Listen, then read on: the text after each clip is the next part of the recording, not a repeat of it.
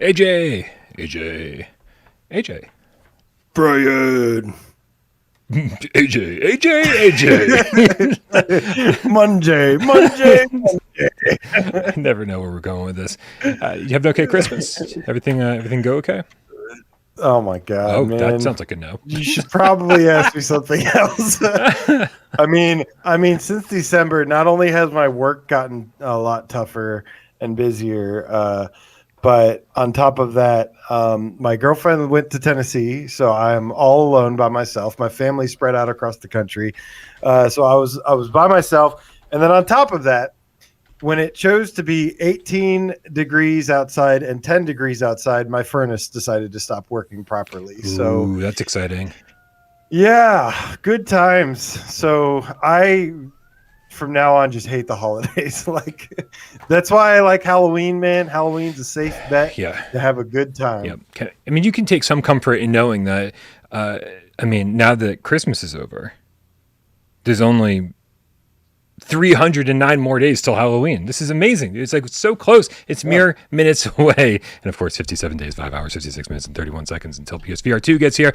That being said, that's what I'm talking about. AJ, let's start the show. Let's go.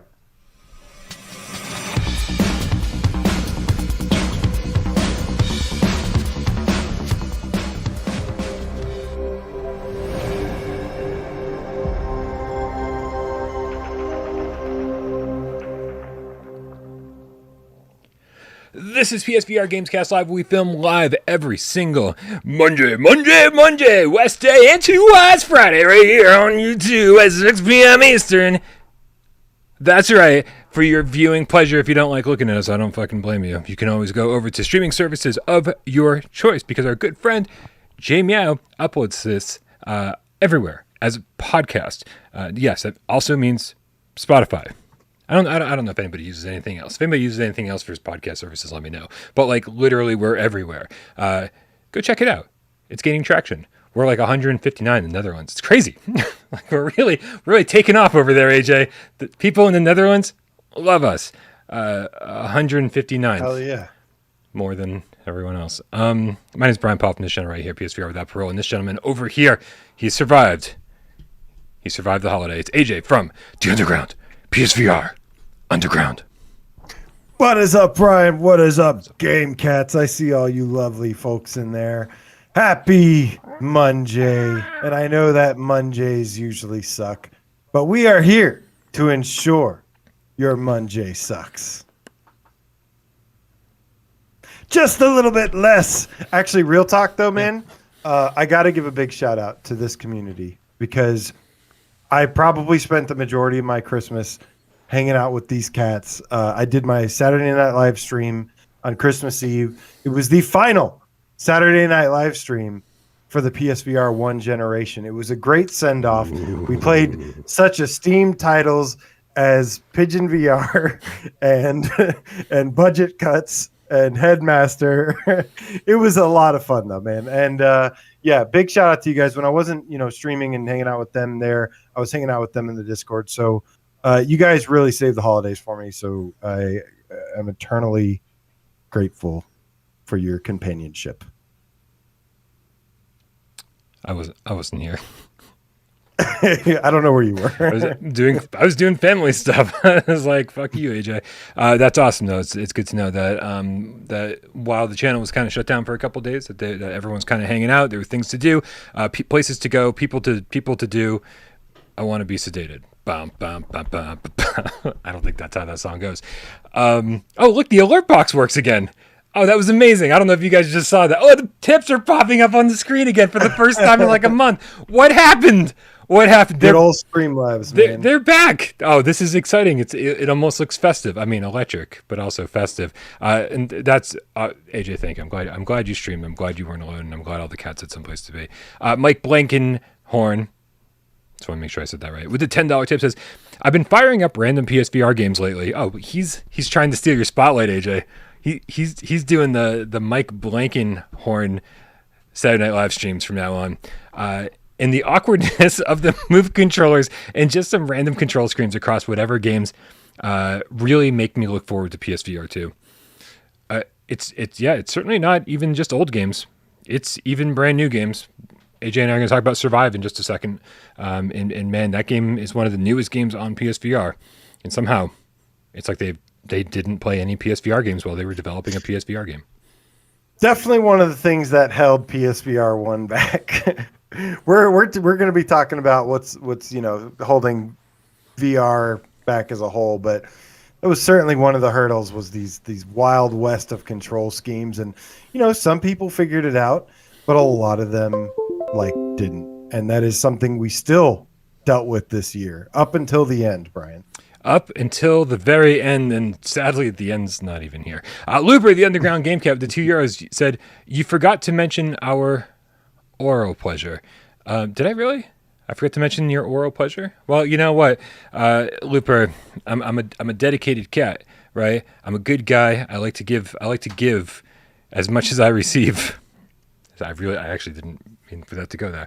But you can't get oral pleasure every day. That's why we only do this 3 days a week. And if you do get oral pleasure every day of every week, well, then hold on to what you got. Markio, the Gamecat Dojo co-leader, with the Canadian $20 tip, says, "Happy holidays, Gamecats. Happy holidays. Hope everything's going well in Zenith." It is, man. That was actually one of the things I checked out Saturdays. They've got their first Christmas festive kind of update. The Fractured Plains are now covered in snow and snowmen and presents and bosses. And you go around and collect cookies and stuff. It was cool. And I saw Markio in there, along with some other game cats. Shout out to Marcus, shout out to Zombie. And, I've seen Looper in there. Hotcakes. Zenith is booming lately, man. You saw Hotcakes, right? Saw Hotcakes, yeah. Yeah, sorry, Hotcakes. That's our daily Hotcakes mention. He owes me $5 every time I say his name on the show, so I like to take advantage of that. He's paying my water bill right now. Owando Kirnando. Hey, I think I said it fucking right on the first try. Owando Kirnando. That's how you say it. Giving us a little oral pleasure with €20. Says, whoop, whoop, whoop, $7. No, oh my God. 57. That's how bad my eyesight's gotten. The 5 looked like a dollar sign, but the next one didn't. So you need to eat a couple carrots, whoop, man. whoop, whoop, 57. Whoop, whoop, whoop, whoop, 57. Whoop. What is 57? 57 days, man. Come on, man. You need somebody get this guy a cup of coffee and some carrots. What else you need, man? I had the weirdest morning, man. Anyone who's in voice chat with me this morning in Discord already knows what was going on with me this morning. It was so weird. I woke up, immediately poured myself a cup of coffee, got into Discord, started typing away, started getting PSVR this week scripted. I was like, damn, it's Monday. I got to get one of these out now that the holidays are over. And there was something wrong with me, man. For the first time in literally, I think, my whole life, I didn't want to drink coffee. Oh wow! I was just like, definitely wrong with the taste of it was just wasn't working for me, and I just wasn't enjoying it. And I need to go see a doctor because I'm luckily I have an appointment already. It has nothing to do with my disdain for coffee today. So yeah, something's wrong. I'm drinking it anyway, but I'm not happy about it. 57. Whoop whoop. And I think that catches us up on tips. Guys, a little bit of housekeeping. If you don't already hang out with us on Discord, like I was just talking about, then you should. People hit me up in the strangest places. People hit me up on Twitter. They go, "How do I join Discord?" I'm like, if you've ever seen an episode of Gamescast Live, we usually start off by saying, "Click the link in the description below and join us." You can just join us. There's no cost to join, man. Come hang out. That's where this conversation happens 24/7. And of course, by the way, if AJ was just talking about what he was doing on his channel over the weekend. There was nothing happening on Without Parole, but if you were subscribed to AJ, you would have had hours upon hours. What was it, like a 12-hour marathon? No, how long was it really? No, it got cut a little bit short because, like I said, my furnace went out. So I've been working on that. It got cut a little bit shorter than I wanted, but it was still 3.5 hours. That's pretty epic. Nothing like a 3.5 hour live stream to make your holidays shine a little bit brighter. Yeah, I was freezing my ass off. Until I played Beat Saber, and then I was sweating, and then I got really cold again, twice as cold. Because now I'm wet and freezing.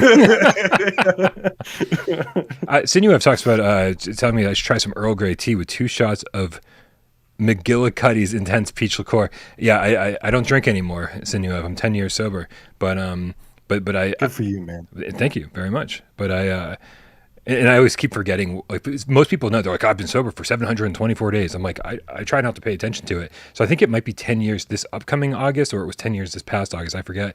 But I have been thinking about switching over to tea and getting my caffeine intake in a different way. So I will check out Earl Grey. I've tried that so many times. It has not worked. Coffee all the way. You have to have 17 cups of tea for like 1 cup of coffee. But whatever they serve at Chinese restaurants, I always thought it was orange pico, but somebody told me recently that it was a different type of tea. I love that tea. I mean, especially with sugar, but I mean, like I drink a coffee black. We're going down a rabbit hole here, and we have a lot to talk about that's not coffee related, so maybe we should keep moving. AJ, and as much as we like to thank all the people who helped this channel run, all the people who just tipped us and keeping the lights on over here, there's a whole nother group of people that we thank every single Monday, except for last Monday because we weren't here, and for a completely different reason. Isn't that right? That is right, Brian. We would like to thank those who support us in another way by changing your name to something Gamecat, something Gamecat related, or something Gamecat adjacent, as you and something Gamecat adjacent like to say. And this week, we have 2 new Gamecats. Welcome to the Gamecat Dojo. Starting with Keith, the PS5 loving Gamecat. Bing! Oh. You know what the worst part was is Keith. Keith, what he must be a wonderful person, right? Because his name's Keith. I've never met a bad Keith in my life. That's not true, but we'll tell that story a different day. College was awful. I met a lot of awful everybody's. But Keith left. Keith changed his name on a Tuesday, and it wasn't even the last Tuesday. It was the Tuesday before, and he said, "Can I get a shout out on Wednesday's show?" And I said, "Well, no, we only do it on Monday's show, so you got to wait 6 more days." And then we had to cancel last Monday because because I was sick, right? And so poor Keith has been waiting 13 days for this shout out. So Keith, thank you for your patience. This is your shout out. I hope you enjoy it. Thank you, man. Who's next? We've also got Johnny, the VR as F Gamecat. Bing! Oh, it is VR as F. I literally thought you said it wrong. But the Johnny VR as F Gamecat. I put this in the show and everything. I eat my veggies and my carrots, and yeah, I drink my coffee, and I'm good to go, man. Yeah, if one of us should not be trusted today visually, it's me. I'm gonna get some good sleep tonight. I promise you guys, and then I'll be back up and running. So once upon I swear to you, AJ. Before people started people started using the term as fuck as AF. I swear to you that they used to write ASF, like ASF as fuck, but like, and then it very quickly within a few months changed to just AF, and I don't know if that was just in like my little corner of like Tumblr or the internet or wherever the fuck I was hanging out at that time. But I swear to you, that's what it was. And so if anybody else remembers that, please let me know in the chat, because I feel like I'm losing my mind sometimes. I don't know. AF is good. VRAF is good. Johnny, I love that. ASF is also good. Right. It's a great thing that you've coined. Oh, thank you. Listen, guys, remember, if you change your name to Gamecat because you love us almost as much as we love you, make sure you change your name to Gamecat either on Google or YouTube, and then somewhere in the comments below any of our videos, right? #Gamecat, so you can get a shout out on hopefully next Monday's show. Keith, was it worth the wait? We hope it was. Yeah. All right. Boom and boom. They are off the screen. I'm looking. I'm hoping somebody can back me up on this as fuck thing. In the meantime, we got Grizzly Bear King with a $10 tip. Says, I came here looking. Oh, I love when he does this. I came here looking for the best What's Holding VR Back / Tale of Onogoro Stealth Drop Today podcast on YouTube. And that's exactly what I found. What's up, Brian? What's up, AJ? What's up, Cats? Thank you so much for your generosity. We appreciate you. Never fails to impress. I really need to start reading the comments before I read them out loud, though, because you just never know what I'm going to say accidentally. All right. AJ, first story of the day. After months, nay, years of waiting, we finally have the cockpit update for RC Airplane Challenge. Did you get a chance to play this today? I did. I checked it out for a little while earlier, and yeah, it had been a minute since I had had played RC Airplane Challenge, and yeah, I actually thought it came out a long time ago, and then I just like missed it. Nice. So I was like, oh, and so yeah, it was cool to check it out. Yeah, I actually here. Can I do this and then make this thing full screen? No, I don't know why this isn't working. All right, we might just have to deal with this. Oh, is that it? Is that it? No. Oh, no. Come on, mouse. Come on, mouse. The mouse works. Here we go. Okay, now we got a full screen. Yeah, so that's the thing is Reggie over at Strange Games had been touting this for a long time, saying, oh, this is, the base attack mode and the cockpit mode are both going to be released at the same time. And so we were waiting for one big patch to drop. And then finally, we got this, was it yesterday? Or today? Yesterday? And it was a Christmas drop. Yeah, and and I also found out that I had not played RC Airplane Challenge in a while, because if you can't tell from this horrific gameplay on the screen, I am all over the map, man, trying to like just trying to even see the rings.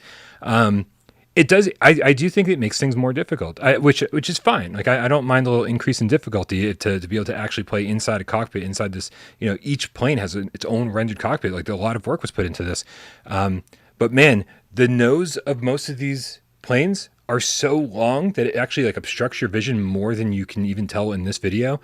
And so trying to see the rings when they pop up is way more difficult this way. Well, I got to give a huge shout out to Reggie, because this was something that, he designed this game with being an RC airplane game. And of course, me, who complains about everything, was like, I want first person. I want a cockpit. That's what I want.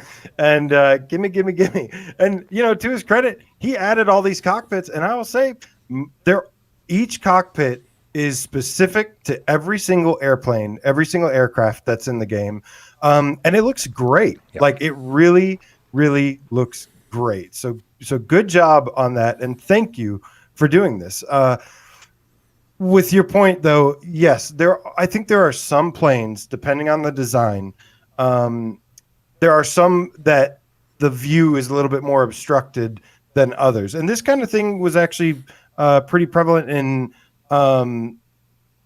Ace Combat as well. Some of the planes had more like stuff going on because they're trying to be like more authentic and whatever. And naturally, it's a little bit harder to see. That being said, this was easily like the most enjoyable way to play this for me, by far. And I really enjoyed getting to look at each and every, from like the Red Baron cockpit with the two like old school machine guns, and to just like the Cessna and some of the other airplanes that I don't know the names of. They all looked really, really great. Yeah, they all look great. And actually, I think the game overall looks pretty great too. Like, especially flying around this neighborhood, I was like, and especially after playing some of the more recent games that have come out, gives you new appreciation for some things that just look pretty clear and have some nice detail like this. All the grass just all around, and the nice colors of the different houses. It just felt alive and vibrant.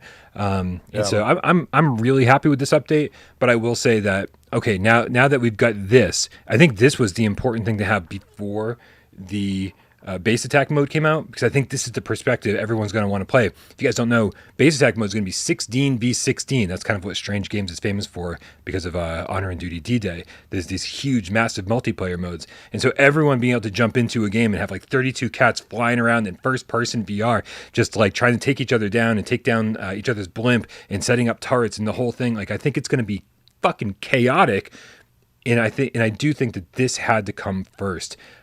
So this makes me super excited for the upcoming base attack mode, which, if you guys saw the tweet that Reggie put out, he confirmed that it should be ready for the PSVR 2 upgrade.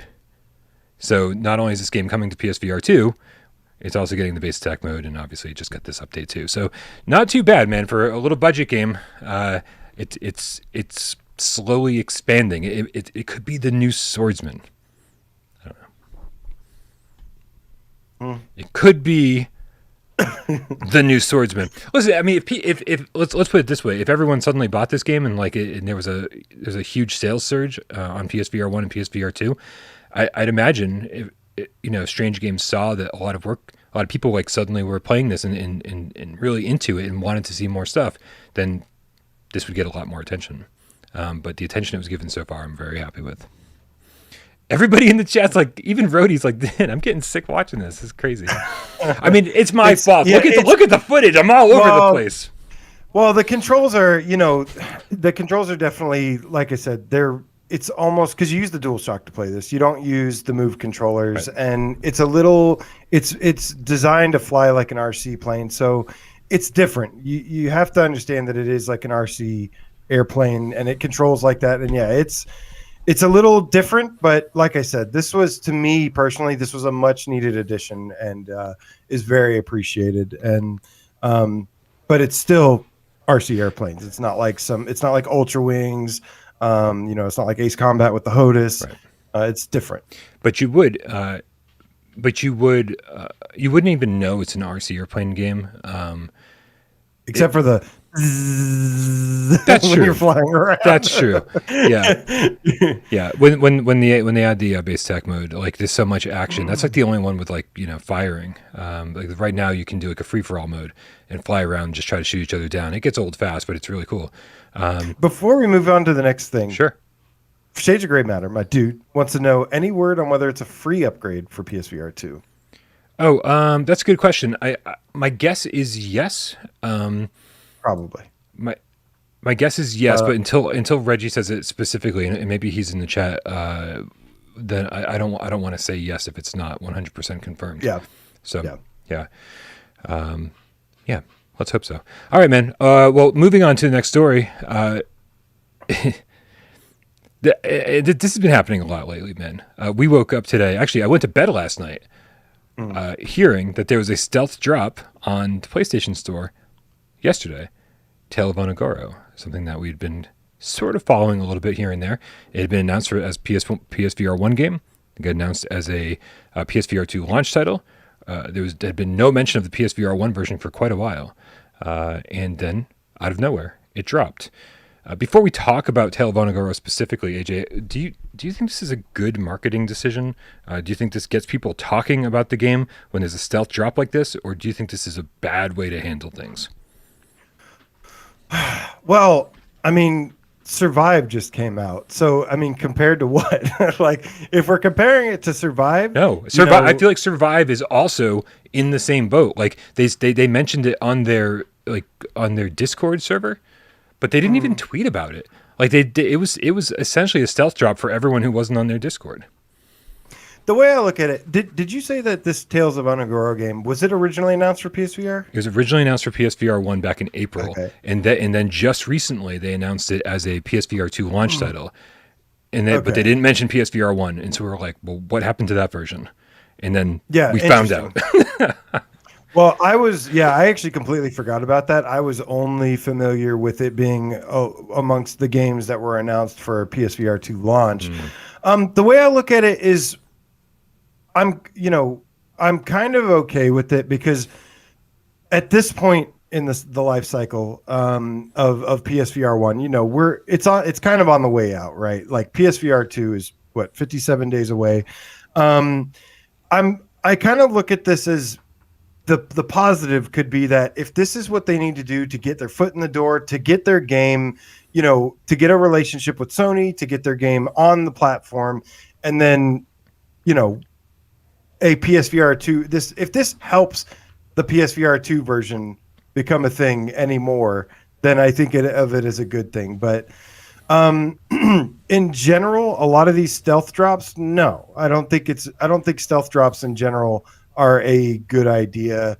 I think it hurts your chances of success on the platform by a lot. Yeah, I think unless you just happen to be a big IP already, right, where everybody's social media and all of these, any VR channel is just simply going to blow up at the sight of this thing being on the PlayStation Store. Unless it's a Call of Duty, unless it's Fortnite, unless it's Minecraft, unless it's even The Walking Dead. I mean, there's very, very few IPs I can think of that would require no marketing to sell like crazy.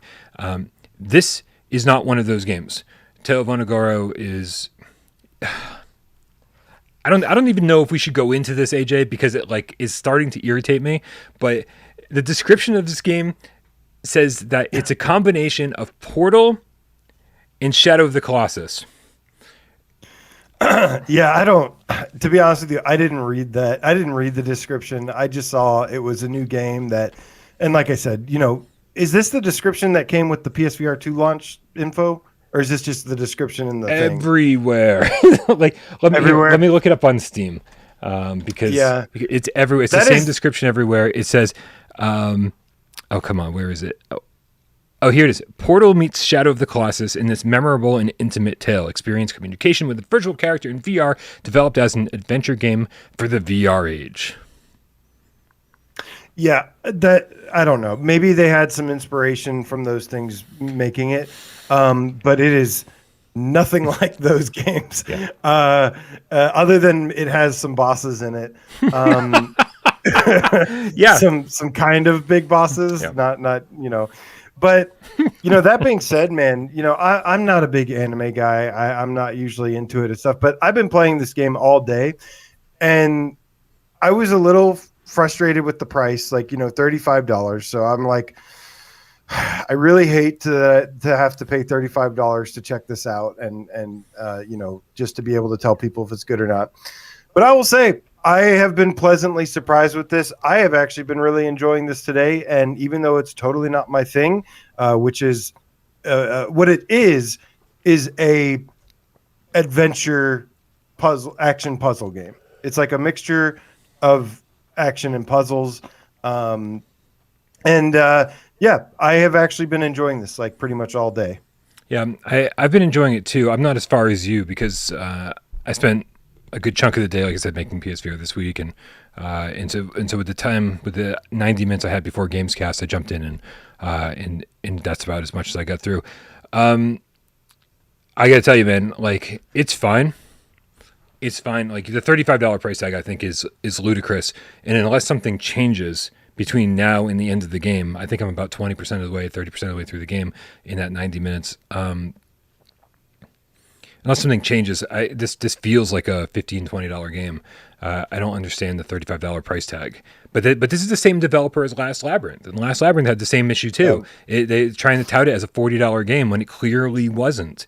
And so I don't know where they're getting that from. And I think that's going to be a huge barrier to entry for a lot of people. I don't see anyone buying this on PSVR 1 or PSVR 2 at a $35 price point.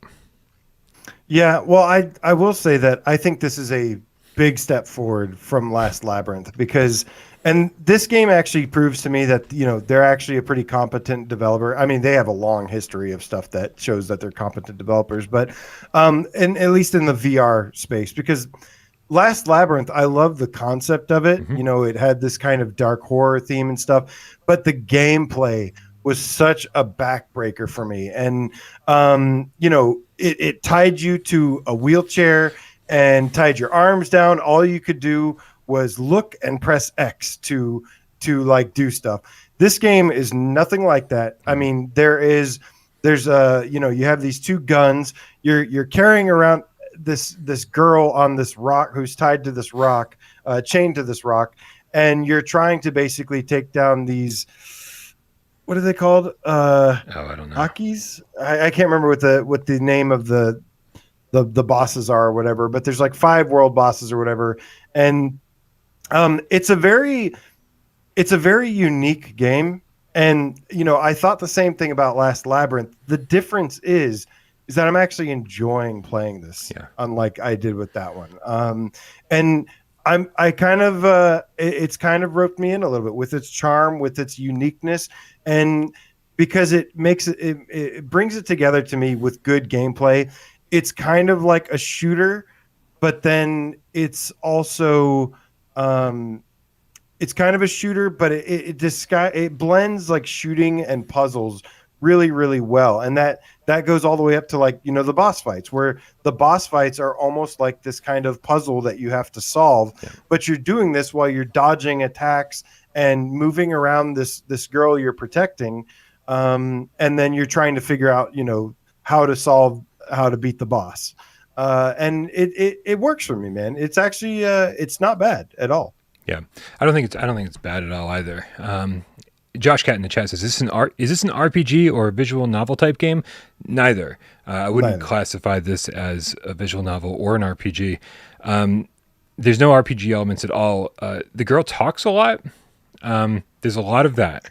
And if you're like me and Tale of a Fragmented Star drove you up the fucking wall, and you just can't deal with anime characters looking at you and talking incessantly and then waiting for you to nod your head, then like this game's good. That mechanic back. This game's gonna grate on you, grate on you. This was Tale of Fragmented Star was impossible to deal with. Like, it was just so grating, and like there are elements of that in this, and I don't understand.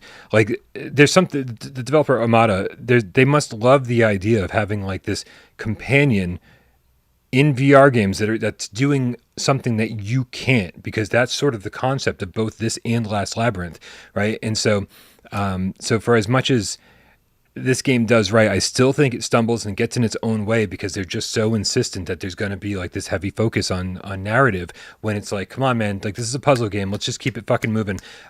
And I found myself skipping every single scene I could skip. Because I was just like, well, you can skip scenes? Yeah, you're welcome. I didn't know that. Yeah, just hold the move button down, and after like 2 seconds, the game. Yeah. I've almost beaten the game. I did not know that, because I probably would. The difference was, I'm sure with the story and the talking and stuff, to be honest with you, I have been playing in the Discord and I've been talking with people while I've been playing it. So I haven't really been focused on the story and stuff. It seems like there is a little bit of a story they're trying to tell. Yeah. I'm not very interested in it, though. I've been very much just enjoying the gameplay and kind of the puzzles of it. I mean, it's a puzzle game that I'm enjoying because if I had to describe this game, I'd say it's very much an action puzzle game, because that's what makes it kind of fun. It's like there's nothing more I hate than being a puzzle game, but then a puzzle game where you're literally just sitting there doing nothing, trying to figure out the puzzle. Those I hate the most. Right. And this is a little bit more involved. You're shooting enemies, you're dodging bullets while you're doing all this, and so it masks it a little bit better. I 100% agree.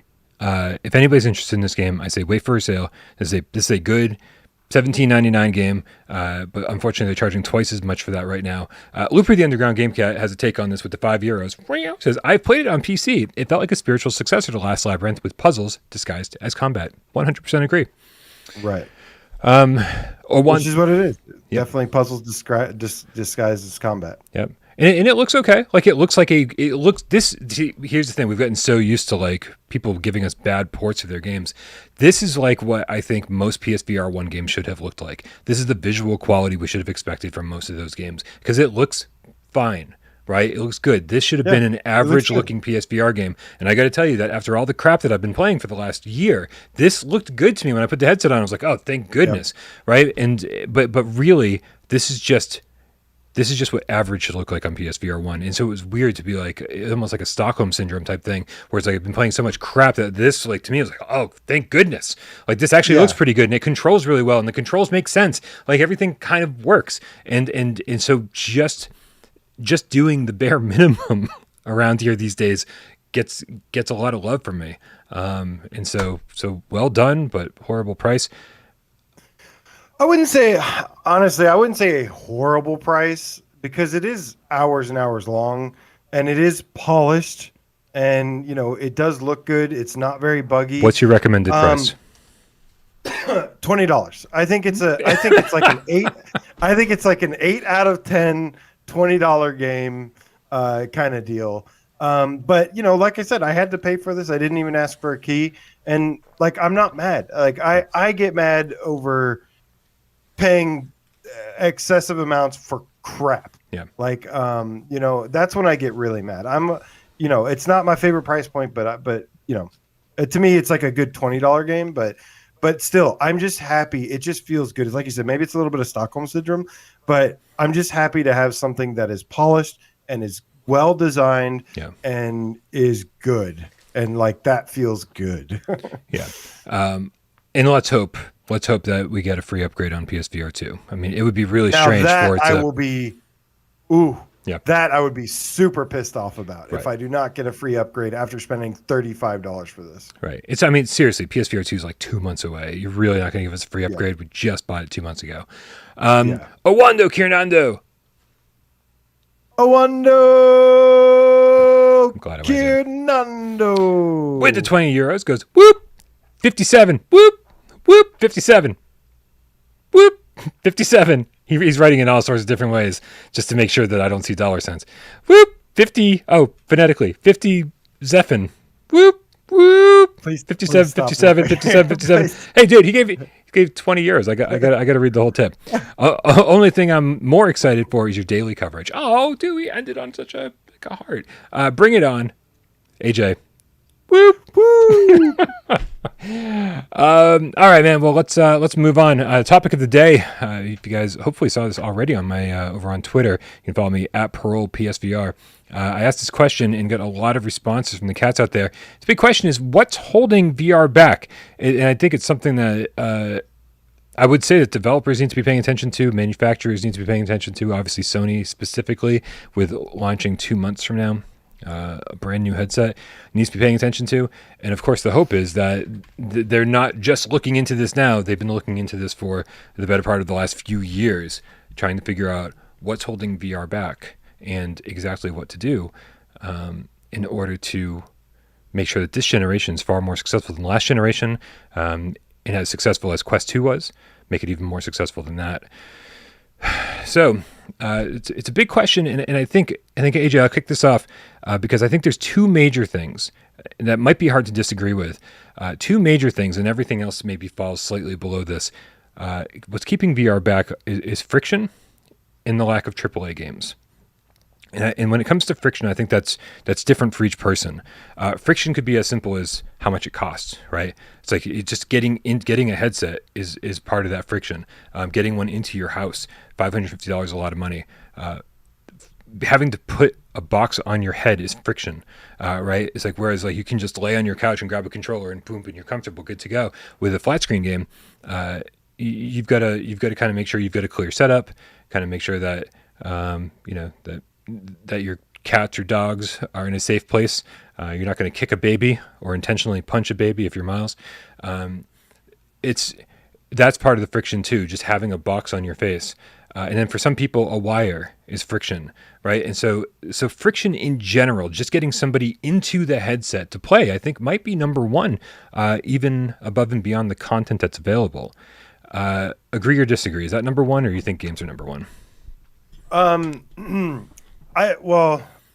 I think I have a different number one.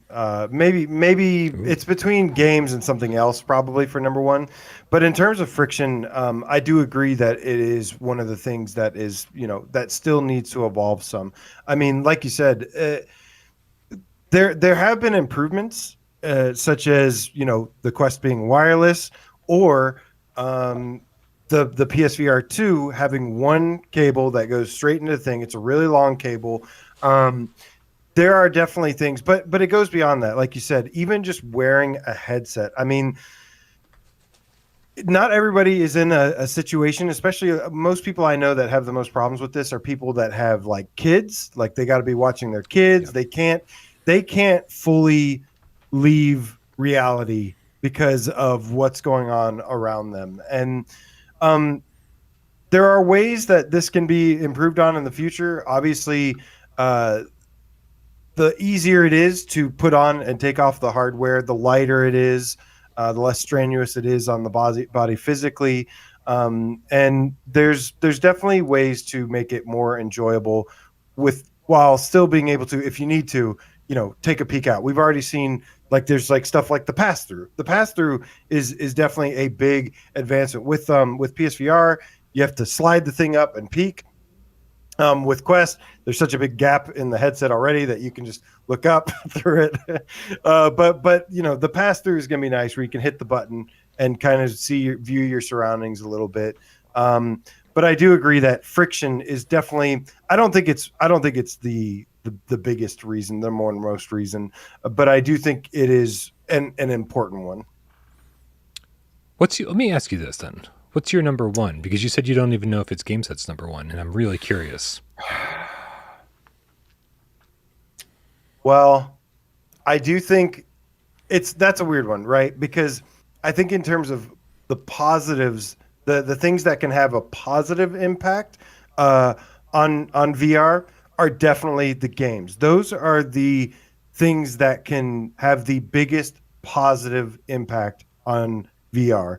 I know VR has tons of uses, tons of important uses, and for whether it be scientific or just entertainment. But we're talking, for me, I'm talking about entertainment, because entertainment is really what has made VR popular, and what will make VR the most popular, more popular.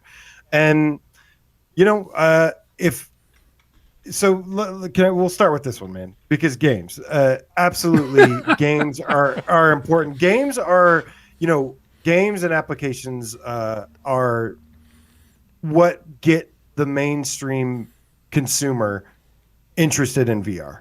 Period. Agreed. I mean, 100%. Like, that's why for me, like, friction games were number one. Like, no, hands down, there was no competition.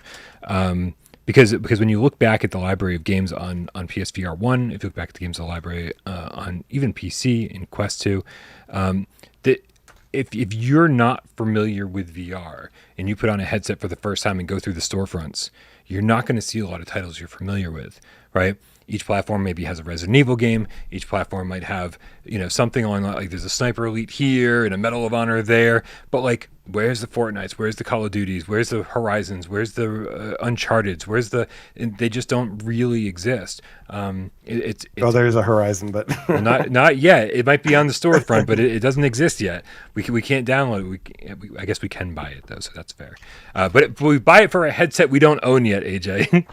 And so that's been a huge problem so far. Obviously, like a lack of recognizable IPs, and that goes hand in hand with the lack of AAA games. When a game comes out and there's so much hype around it, like Callisto Protocol, and then there's no mention of VR. Right? Atomic Heart just recently said today that they're like, "Oh, we're looking into VR." What do you mean looking into VR? You had the PlayStation VR logo on your trailer in 2017. You've more than looking into VR, but like. That's the thing. It's every time one of these big game launches, there needs to just have that PlayStation VR 2 logo there, or even Steam VR logo, or Quest 2 logo, just to make sure that VR is always part of this conversation, so that when people talk about the Callisto Protocol, they go, "Oh yeah, man, it's like it's really scary, or it's really fun, or I love the fighting mechanics, but man, have you played it in VR?" And when every single article you start hearing about that, or every single person who's talking about it or making a YouTube video about it is trying to do like this comprehensive discussion on a new game, and then they break into the whole, and then I played it in VR and it was incredible. It was like this whole other way to play it. If people start hearing that over and over and over, like that just starts being part of the video game narrative, rather than video games being over here somewhere, like that easily brushed aside by mainstream media. And that's not happening yet. But I think that with hybrid games this generation, it might start happening. And so one of these problems might slowly erode. I'm looking forward to it. Yeah, there's a common misconception that, there's a lack of games in the VR space, or in particular. And, it's definitely couldn't be further from the truth. Now, there's a lack of recognizable IPs from people that, people have their expectations set. They already have really good gaming experiences.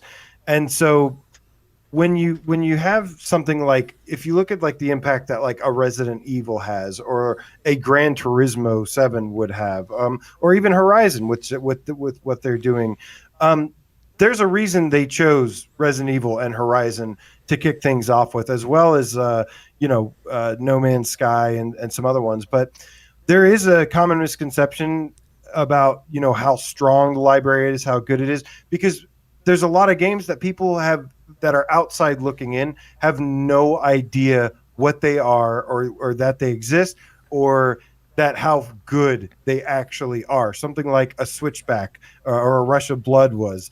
And I think it's super important when we talk about like, how important it is for AAA games. A big part of that is when people hear something like a Resident Evil, a Horizon, a Spider-Man, a Gran Turismo, a Grand Theft Auto, these huge IPs, Call of Duties and stuff. That's what gets their attention immediately because they go, oh, that game that I love and I play and I spent hundreds of hours in, I can now play that in VR. That sounds really good to me. But then when people get there and when they get it in VR, then they get curious about what else the library has to offer. And these are so important because not only are these are like gateway games, basically. Right. These big IPs are super important for that. But at the same time, you also have to have the install base so that these games, you either have to have the install base for it so that these games can turn a profit doing this, or you have to have some sort of structure behind it to where it benefits. There is something to gain from the company to make these decisions to do these things. Yeah, agreed. There's a different conversation happening in the chat, as always, AJ. In that conversation, we'll kick it off with Darth Vader's chat with a $10 tip. He says, Quest and Standalone have been holding VR back, running on mobile hardware and showing unimpressive games and having very short lengths of playtime. PSVR 2 will hopefully be the end of this trend. I think it's really interesting, right? Because when you look at Quest in one way, Quest has done so much for the VR industry, getting headsets on people's heads en masse, selling far more, I think more than any other headset has so far combined, right? If we believe the 10 to 15 million units. So. We believe so. So, and so that's huge. And just people having a VR headset in their house is awesome. And then so when they hear about a cool VR game that they can play, they get to throw that on and check it out for themselves. And the more they throw that on, the less that friction becomes an issue that we talked about. That said, I mean, the capabilities of the Quest 2 are less than, a PSVR 1 running on a PlayStation 4 OG. And so basically, just when we were all ready to move on to a new, more powerful headset, Quest comes in with this super cheap headset, makes it really affordable, standalone, makes it easy for everyone to get one under their Christmas tree, right? But then also kind of pulls us back a little bit and says, but we're not going to move forward for a little while. And now because this is the most popular headset, all developers have to focus on this to make money. They have to make their game playable on the Quest 2 in order for them to survive. And that limits the scope, I think, of most games that have come out in the last few years, and also like the graphical fidelity and the immersion. So it's been a double-edged sword, and I'm hoping that PSVR 2, along with PC VR, can sort of help the market branch a little bit. In the same way that mobile games and in console gaming have branched into two very, very successful paths, right? They don't have to have much to do with each other. They can just both be very successful on their own. So I hope that there's a big enough market on PSVR 2 and PC VR where developers can create these big, amazing adventures that they've been wanting to bring us for a while, and not take a loss on them. Yeah, I mean, it is a fact that, there are sacrifices that have to be made in order to develop for weaker hardware. And this is something that has been common for consoles.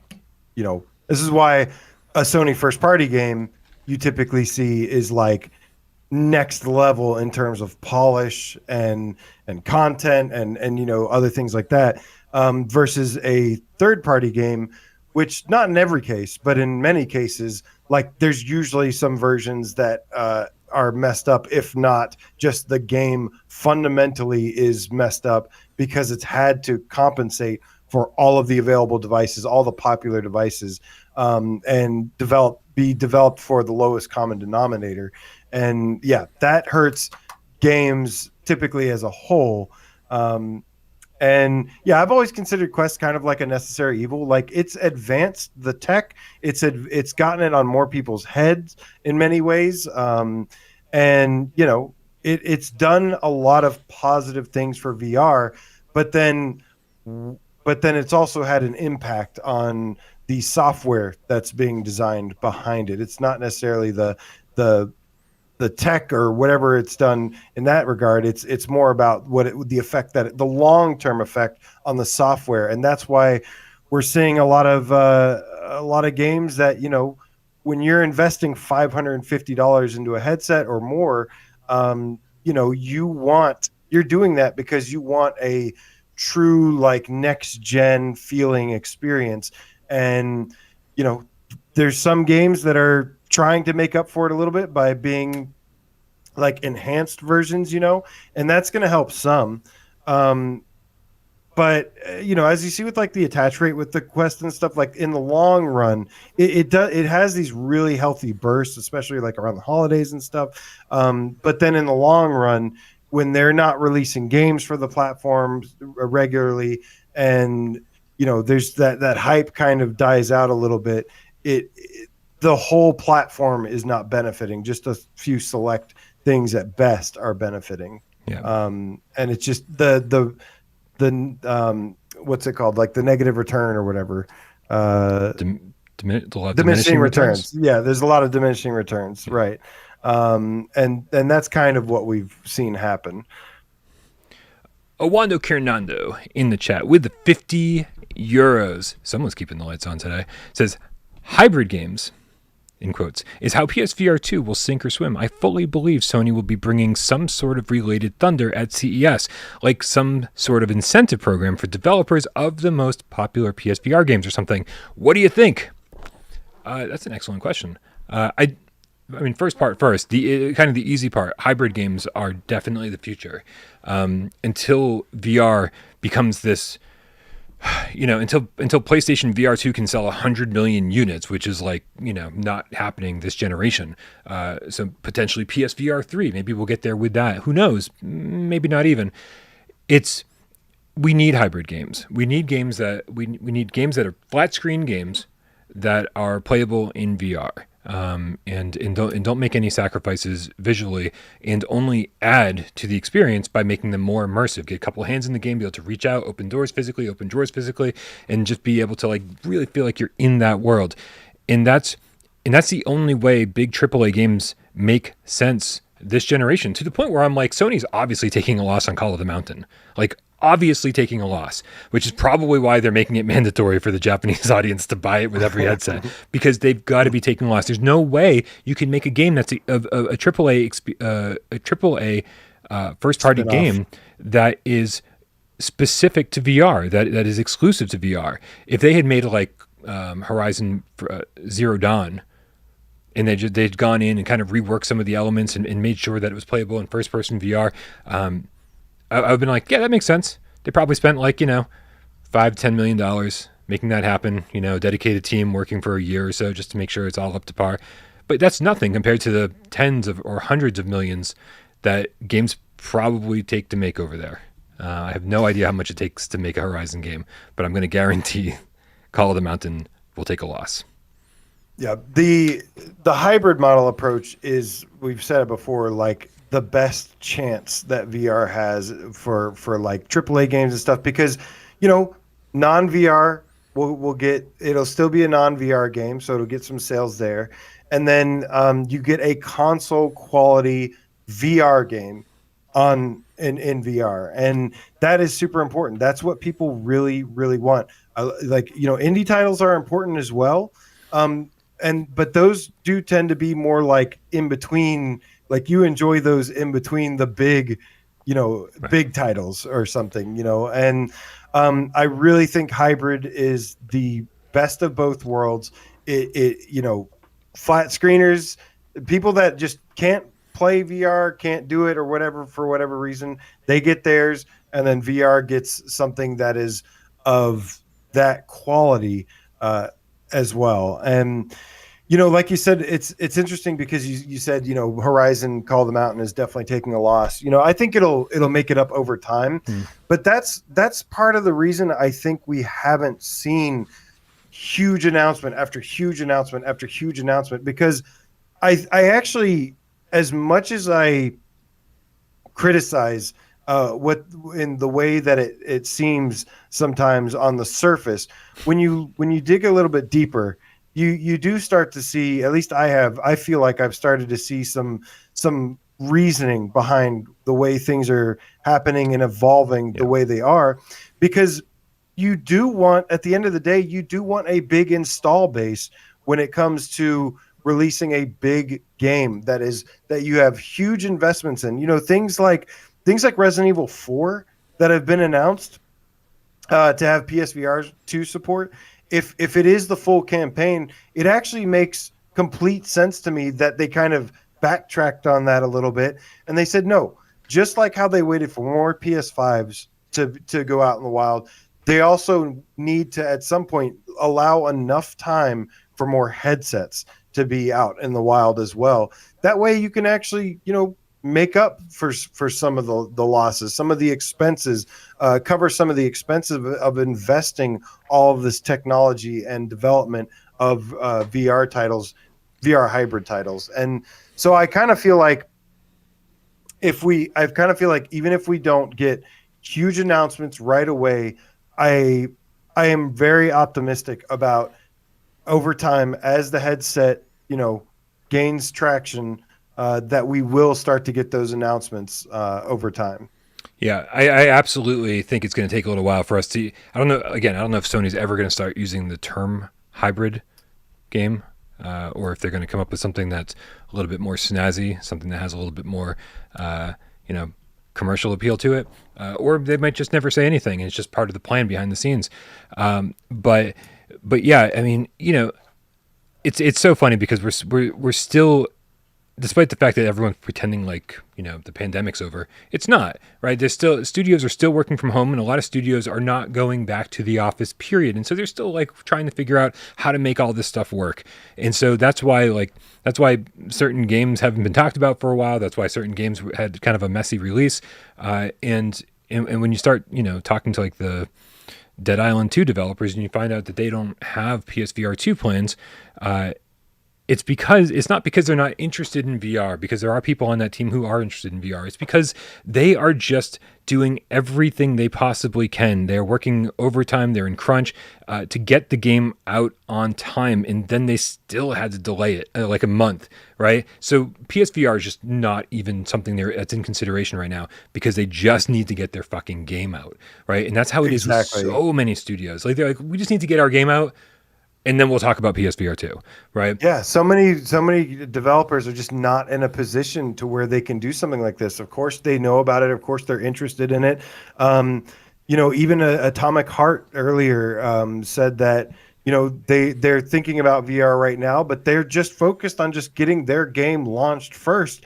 Like, and if you take away the pandemic, we are definitely in a little bit of a different position and having different conversation right now about where we're at. But yeah, I mean, the truth is that pushed everything back a good bit. So that's why I've tried to be a little extra patient about where we are, because yeah, I'm understanding that, PS5s are just now starting to become a little bit more available.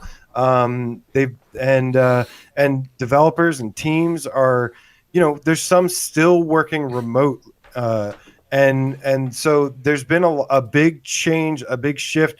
Really, it's a miracle that the games industry wasn't more impacted by this. But these are the kinds of effects. Luckily, these should start to clear up over the next year. We should start seeing things clear up. But the truth is, it set us back a little bit, and that's kind of why we haven't seen everything we've wanted to see just yet. Agreed. It's a little crazy that games actually kept coming out over the last couple of years at all. And so, my hat goes off to any studio who managed to figure out how to make that happen.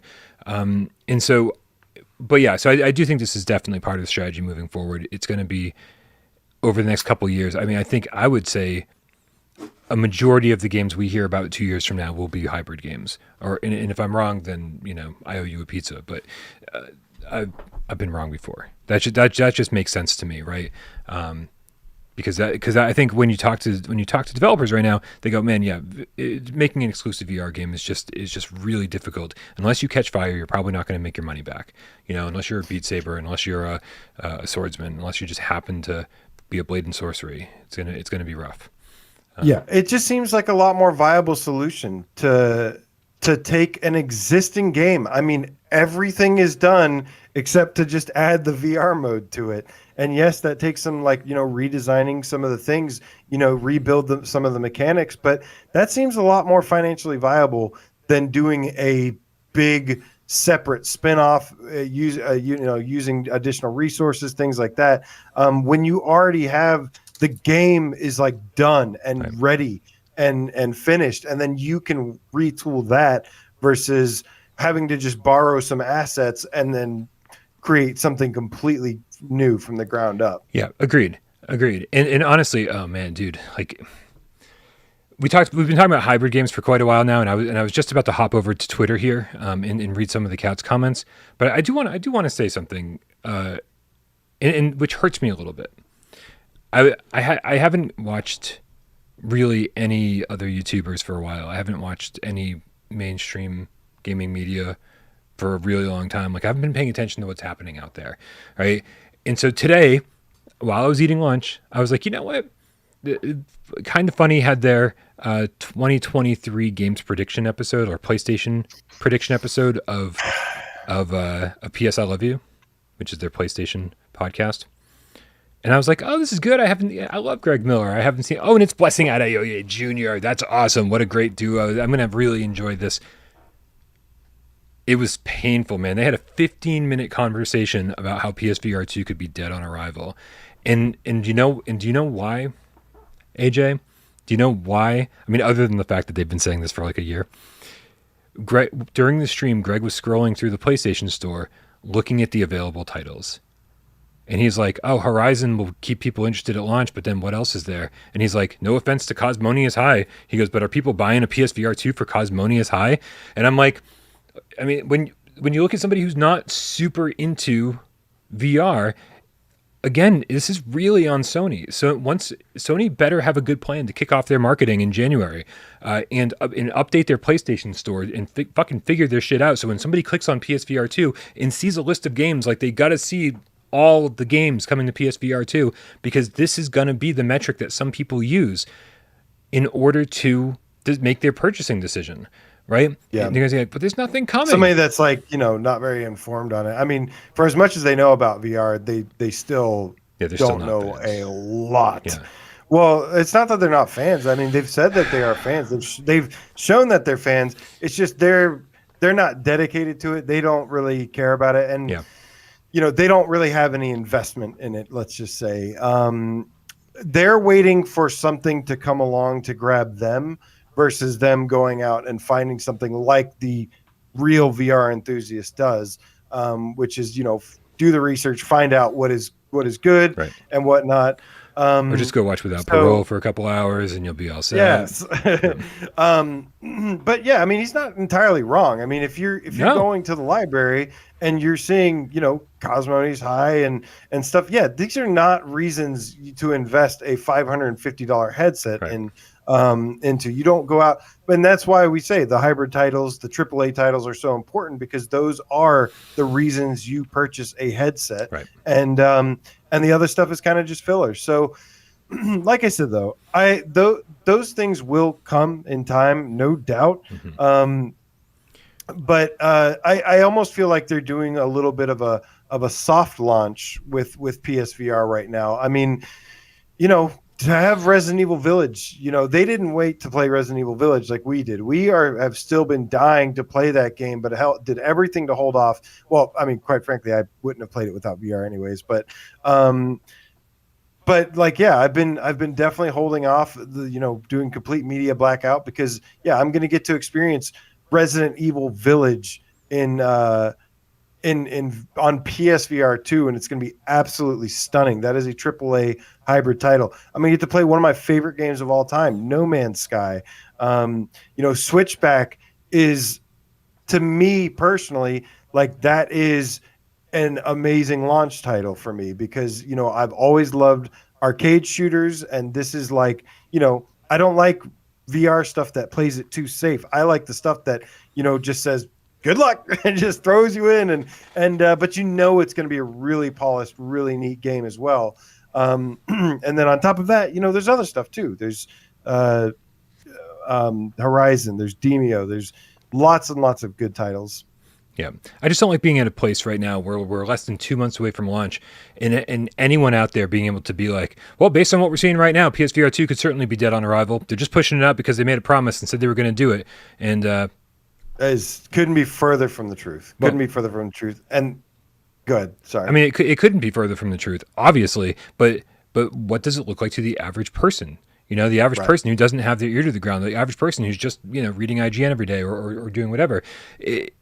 I would like to get to a point where you go to the PlayStation Store, or even you look through the PlayStation blog and all you're seeing is like, oh, Call of Duty coming to PSVR 2, or this next big game, Dead Space remake coming to PSVR 2.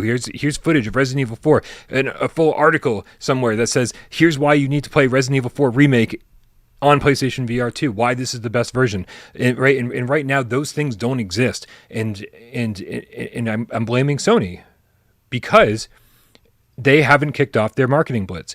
If they don't kick off things at CES on January 8th, 4th, whatever, it's like the first week in January, then I think we could. Things are look kind of getting scary, right? They need to, if they don't do everything at CES, which I don't think we're expecting them to, it would be a good place to kick things off at least and just be like, hey, man, like a lot of people are watching right now, right? You got Jim Ryan on stage or Herman Hulst on stage, somebody up there representing Sony in getting people excited about PSVR 2. It needs to start soon. We've been saying for a year now, when are they going to start promoting this thing? When are they going to start promoting this thing? And as every month has gone by, we've been like, okay, well, we guess we see, right? Because they're focusing on PlayStation 5 for just one more holiday season. That's the most important thing. Sony, there isn't a PlayStation brand without the PlayStation 5. That's the most important thing. How many PSVR 2 headsets are really going to sell anyway? They need to focus on PS5 and then focus on PSVR 2 once the holiday season is over. It's like as we get closer and closer, we keep making more excuses and keep saying, yes, this makes sense in retrospect. But soon, nothing's going to make sense if they don't kick off a huge marketing blitz. And so if we don't see this in early January, I'm going to start getting real concerned, AJ. And I don't think I have a reason to get concerned. I'm just saying that I just hope I don't have a reason to be concerned. It's the thing is like, I'm excited about CES because we know that they put PSVR 2 front and center on the thumbnail. So we know we're going to get we should be getting some sort of heavy dose of it or whatnot. But I'm a little hesitant to put all my cards into that because it's not typically a showcase E3 style event, kind of thing. Mm-hmm. Like it's typically more about hardware. That being said, they don't really have to do a whole bunch to get people excited. I mean, if they go up there and say Horizon Call of the Mountain's coming and Resident Evil Village is coming, it's like we fucking know. Oh, I know, right? Like no shit. Right. Like, but if they come up there and if they do like a here's Gran Turismo 7 or something is coming in 2024 or something like that. Dude, if Gran Turismo 7 is coming in 2024, I'm going to lose my shit. I'm going to be like, that needs to be a launch title. Get your shit together. It's polyphony, so I know they're slow.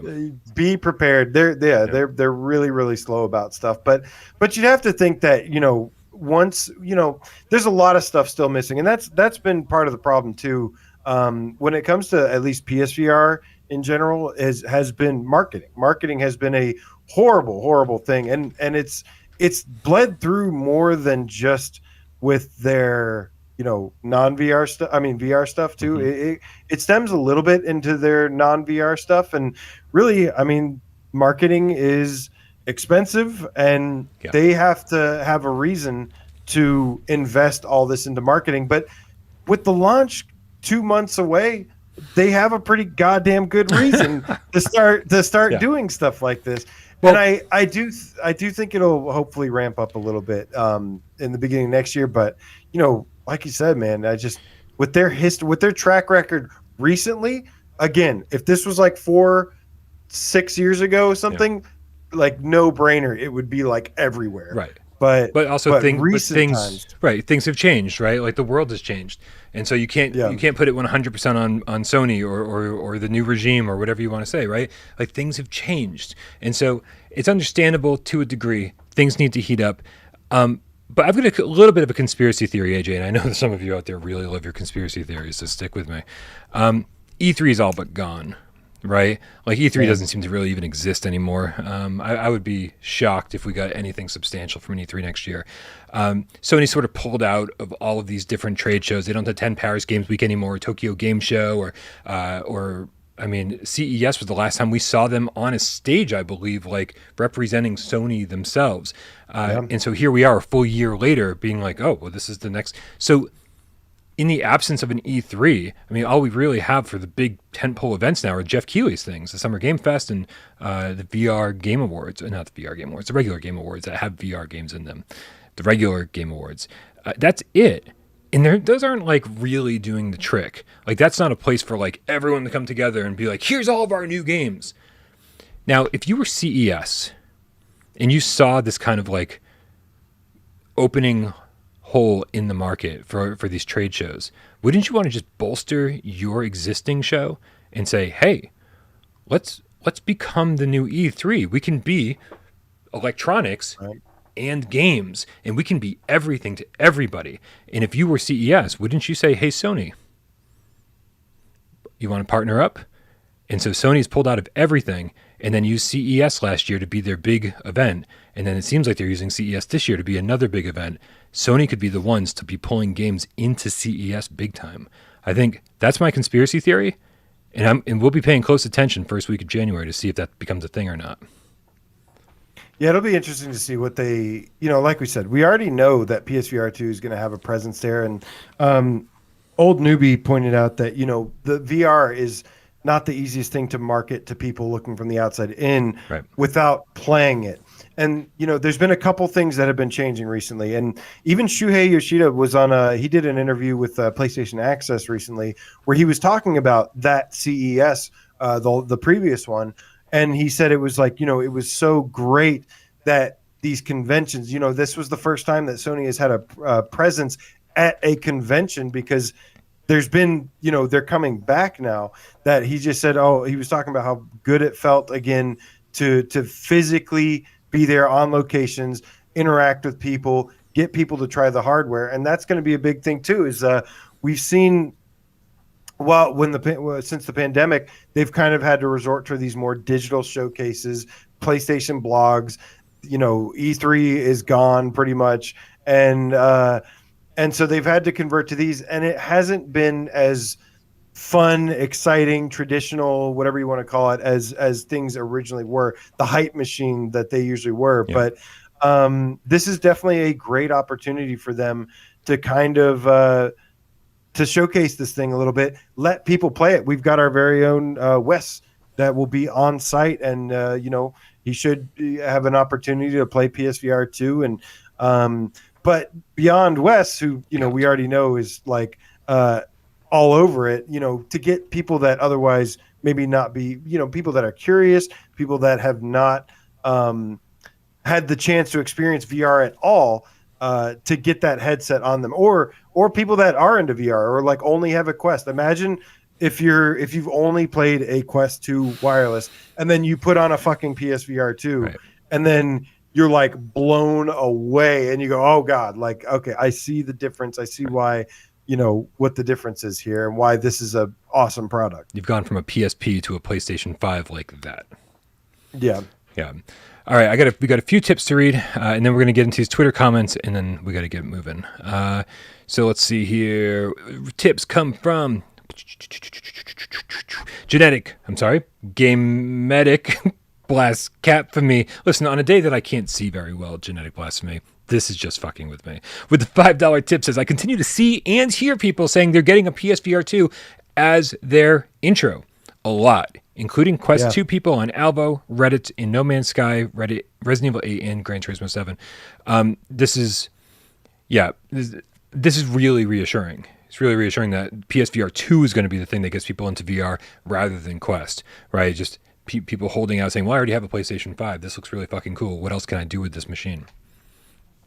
Yeah, I've been seeing lots and lots of people online just saying like, this is their first entry into VR. And I'm just like, Oh my God. Yeah. Like what? I mean, between, like PSVR and Quest are perfectly fine jumping off points, but holy shit, like you are going into some really high end VR. If you're just starting with the PSVR 2, that'll be really interesting to see. I mean, just think about how our minds were blown with PSVR day one. Could you imagine playing VR for the first time with VR 2? Oh my They're like, goodness. this is way better than Lawnmower Man. Yeah, I watched that recently, by the way. Doesn't hold up as well as I'd like it to. No. Even the VR segments, I'm like, we were past this in 2016. Owando Kirnando with the 20 euros. Owando Kinando. Look what you made us do. I damn near jortled in my shortles. I'm telling you, man. Telling you. I need a bigger font. I'm getting old. I damn near jortled in my shortles when I saw the switchback reveal.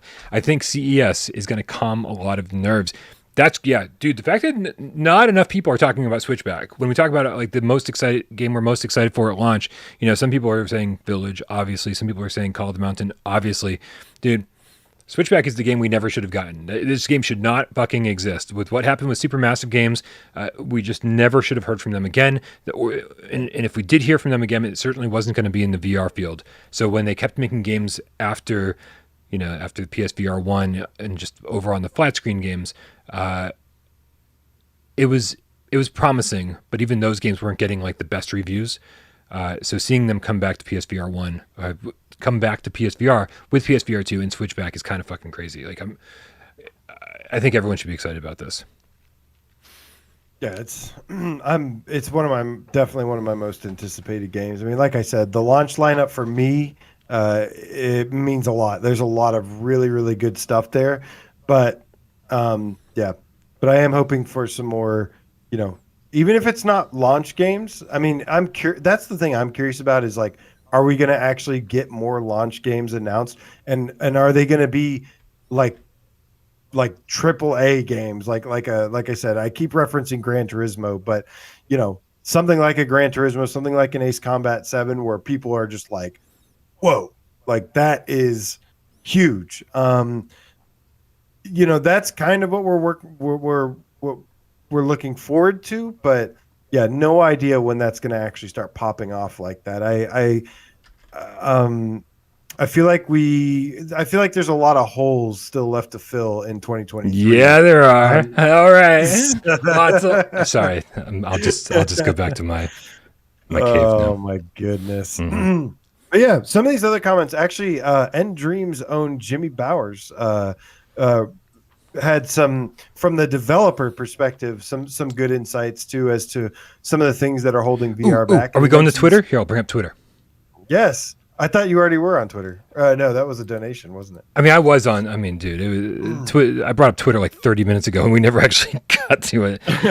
But yeah, well, we're ready. I still have I still have a huge, I said, possibly one of the biggest things that are holding VR back. Maybe it goes along with friction, but we'll get to that after this. I want to hear what the people had to say, and. Jimmy Bowers, like I said, from over at End Dreams, our good friend over there, mentioned something that I kind of thought about, but it's, he reminded me, and he brings up a good point, and talking about short developer cycles and investors. And yeah, that is one of the things too that we tend to see with VR, especially PSVR and even Quest to some degree, is that it has had a little bit of trouble maintaining or retaining investors and getting investors excited, and some things like that's one of the good things that came out of the Quest 2. Like there are plenty of good things. There are a lot of good things too, but one of the big things that I think Sony had mentioned themselves was that whenever there's a new product, whenever there's something like that, especially with the marketing push, I mean, Quest has done a good job with their marketing, no question about it. Yeah. Crazy. They have done a really, really good job with that. And, but but that gets investors excited. That gets more people. That gets more investors involved, and that has actually helped kind of keep VR alive. Because unfortunately, within the last year or two, like VR has kind of been on life support a little bit. Like, I mean, it's tried to become a mainstream product for decades now. And the good thing is, what we know is that it's finally in a place where it has an opportunity to actually become a mainstream consumer product. And yeah, and luckily, he did mention though that it is getting more traction when it comes to like investors. I don't mean to. I'm butchering his tweet here. He says up to this point, it has been investment and short dev cycles and project budgets. All three will improve with higher adoption rates and trust in VR's longevity. And we're already seeing that over the last 12 months, a lot more money coming into the space, which is very good news. So while pointing out what has been holding VR back a little bit, also has a little bit of optimistic twist with it. Yeah, and I do think that with every single thing that we've listed today, with every single critique that we had of VR, for every single problem that we've had in everything that's kept VR from becoming more mainstream, I also think that with PSVR 2 and not stopping at PSVR 2, obviously, with every iteration of VR, those things are going to get better and less and less of a problem. So I think Jimmy's right. And I'm glad you stopped butchering his tweet, because Jimmy's a nice guy. Don't butcher his shit. Yeah, I should have just read it directly. Yeah. A lot of people in the chat are saying, or a lot of people in these tweets are saying a lot of the same things. We're talking about hybrid games, talking about AAA games. Mike here, Saber at Saber the Moment, very nice, says expensive barrier to entry and so many games that feel like short experiences rather than 20+ hour experiences. It's funny too, because like we talk about. So obviously, the cheaper a headset is, the more people are going to buy it. I think that kind of goes without saying. But it's funny that he mentions games that feel like short experiences, because we've talked about games. We need AAA games, but even indie games, I feel like indie games, even back in the day, you could still have 20, 30, 40 hour long indie games, right? Maybe not so much in the VR field, but just in general. And we need more of those, right? Instead of these games that you play for 90 minutes to 3 hours or 4 hours, then they're done. Like indie games need to kind of start looking at like, how can we make this a more robust experience for the player? Because I don't mind downgraded visuals or stylistic characters, the whole, different art style, whatever. Like I love indie games, but you still got to give us some meat on the bones. And so I think that's an interesting take that Mike brought us. The execution, yeah. I mean, indie games does not mean the same thing that it used to mean, 15, 20 years ago. Back then, indie games were these really limited things. And it, when it comes to VR, it kind of has like restarted like that. Like with FLAC games, you can have indie games that are like, first party quality and stuff like that. Kana Bridge of Spirits is a good example. But when we look at a lot of VR games, we see a lot of stuff like Survive, which just came out, and that's a game that we like. I want to give it so much credit because it is made by two developers, but then you look at the execution of it, and it's just such a disappointment in the end, and that's been kind of problematic. Is either games are really shallow experiences, like they're more like a concept that is kind of stretched out as far as it can go. Yeah. Or there's developers like the Survive developers that really try to bring a console quality experience, a full-fledged game, but then it's just fucking broken and like doesn't work and has all these sorts of issues and just is ultimately disappointing. So, we're not to the point to where independent developers. There's been a couple exceptions, stuff like Beat Games, that made Beat Saber. They're kind of an example of one of a developer, indie developer that has hit like mainstream attention. Right. Right. But we don't have enough of those. Right. They're the exception rather than the rule. Right. Like. Right. Again, I said Blade and Sorcery. I said Swordsman. I said Beat Saber. Absolutely. But I mean, you can count on one hand the number of like truly exceptional indie games, and I shouldn't say exceptional, I should say truly well-selling indie games that actually make people interested in playing VR. I'm still scrolling here, and again, a lot of people are saying the same thing: lack of mainstream games. What are your thoughts? Dodgers Gaming Corner at Dodgers Gaming mentions motion sickness. So when you were talking about friction and games being AAA games being the number one thing holding VR back, Yeah. the other thing on my mind was motion sickness. I feel like that is a huge, huge problem that VR has had from the beginning. And there's been progress towards eliminating as much motion sickness. We know there's of all the things, I feel like motion sickness has probably had the most research put into it. And yeah, I think it is a huge, huge hurdle that VR has to overcome. Now, mind you, VR or motion sickness is something that happens outside of VR as well. It happens with flat screen games. It happens with certain things, boat rides, Did you say butt rides? car rides, boat rides. You going on a butt ride? Car rides, things like that. But yeah, I mean, when you can't blame people for when they want to be entertained, when they want to, imagine somebody watching a movie and then getting sick watching a movie. Like, it would be a huge problem. Yeah. I think that's something that is definitely one of the biggest problems with VR. I think motion sickness absolutely is, even though as somebody that's completely non-affected by it.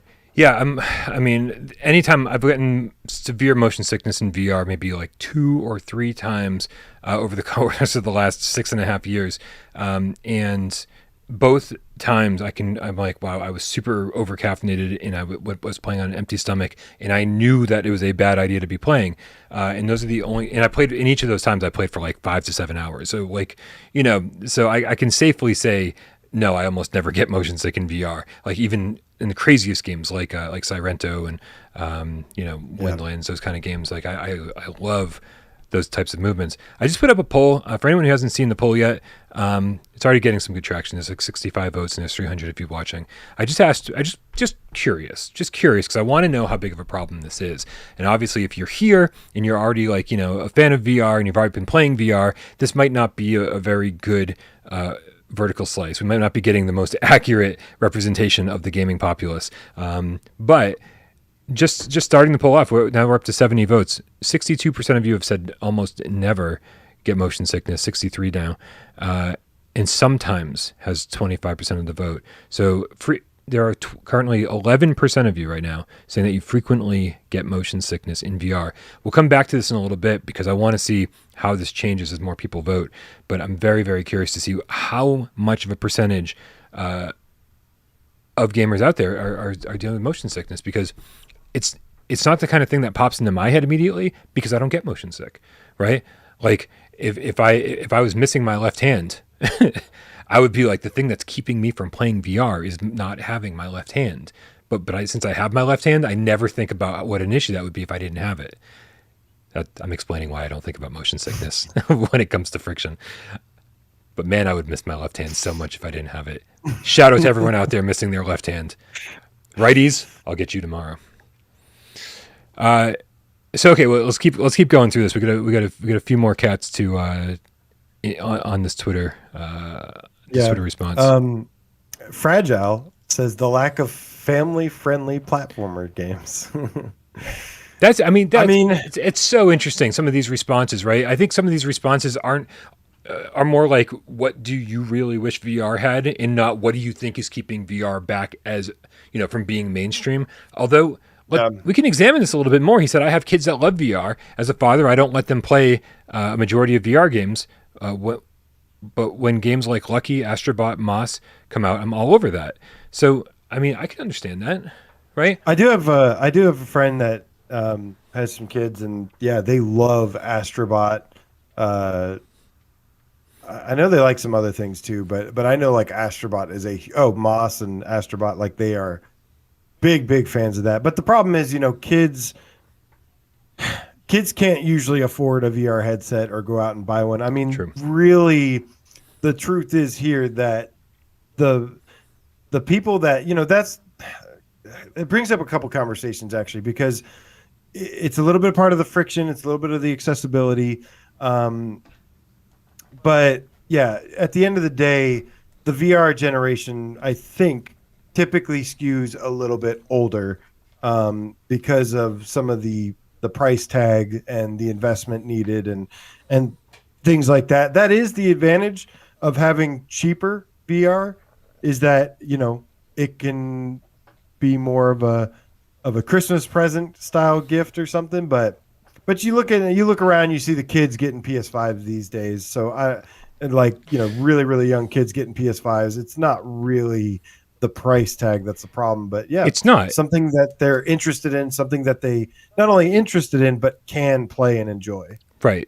I think there is an interest level problem, I will say right now, with consoles and kids. I think kids growing up right now are like so into like mobile gaming, like they want to play on their phones, they want to play on their tablets, they want to and they want to play in the most convenient way. Kids love convenience, and I think what you are kind of raised on is what you kind of keep playing to a certain extent.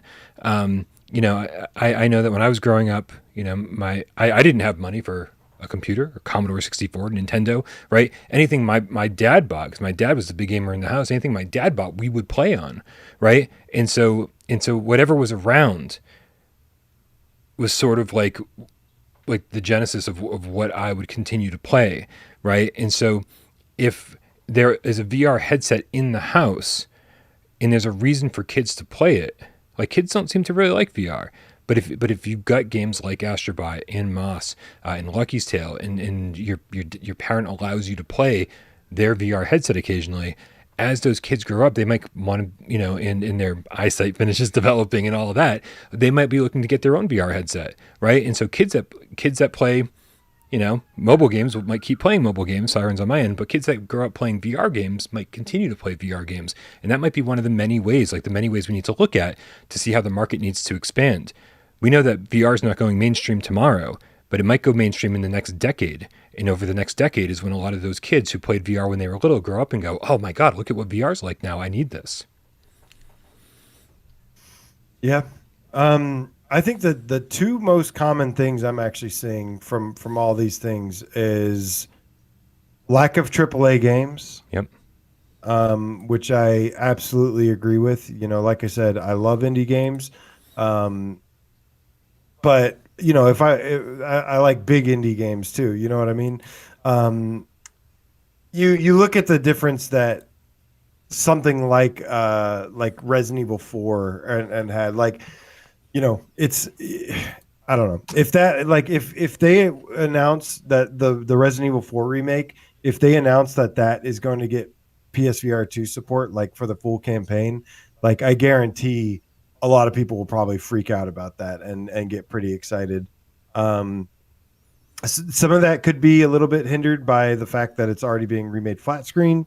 Maybe people don't want to play it again, but who knows? Maybe they would also be really excited. But that's why I said something unique, a little bit more unique, like a Gran Turismo, like a Spider-Man. And then again though, you have the problem with motion sickness. We're out here like, please give us Spider-Man VR. And then you actually see people out there that are like, no way, that'll get me so sick. And, for some people that might be true. Two of the biggest things I'm seeing are AAA games. People are mentioning the price. I mean, which, makes sense. It's definitely a luxury item at that kind of price. Which gaming in general kind of is at this point. Like gaming's just so expensive. Yes, that is true. Do you think but do you think it would have been, do you think it's smarter for Sony to make a headset that is $550, has some pretty next gen features, and basically has what it has right now? Or do you think they should have just made like a high fidelity resolution headset, and then controllers with joysticks, $300, $400, call it a day. Which one do you think you would have done? I mean, dude, I would have been happy with either one. That's the thing, is that I throughout the course of the PSVR 1 generation, when we weren't sure if there was going to be a PSVR 2, when they hadn't announced anything yet, we'd just been hearing rumblings. I had been saying, what's this eye tracking deal? Like, why are you going so deep in this? Just get us caught up to PC VR and we'll be happy, right? Like that's all I really needed. I didn't need it to be a super expensive headset. I didn't need it to have all the bells and whistles. I didn't need adaptive triggers, right? Because I just wanted to make sure that PlayStation was going to have another headset. That was priority number one. And so if it meant we were going to get a $300, like, this is basically a bottom of the barrel PC VR headset, but you've got analog sticks, and it's like, I don't know, 4K. It's like, I would have been pretty happy with that because I knew the quality of the games, still would have been great. And so, but to, what the thing is I've already conceded to the fact that I'm spending $550. I've already conceded that this is a very top of the line headset that when I finally get into the games and feel the rumble in the headset and I feel the adaptive triggers, I'm going to go, yeah, this is worth it. And I probably won't need to buy another one for 6 years, which is really the best part about this. It is the way, yes, they could. I mean, it would have been smart for them to, make a very inexpensive headset, but it also would have presented the problem of it aging very rapidly. And by the time, before it even had a chance to really take off, it could have already been outdated. And instead, I'm definitely happy with what they chose as well.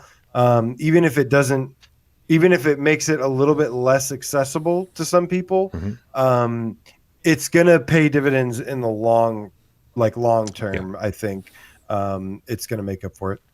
Eagle Pete in the chat says, what makes games consoles so popular? Playing together and sharing the fun together. VR is more or less a singular experience, so in my opinion, will never become as mainstream as consoles. I mean,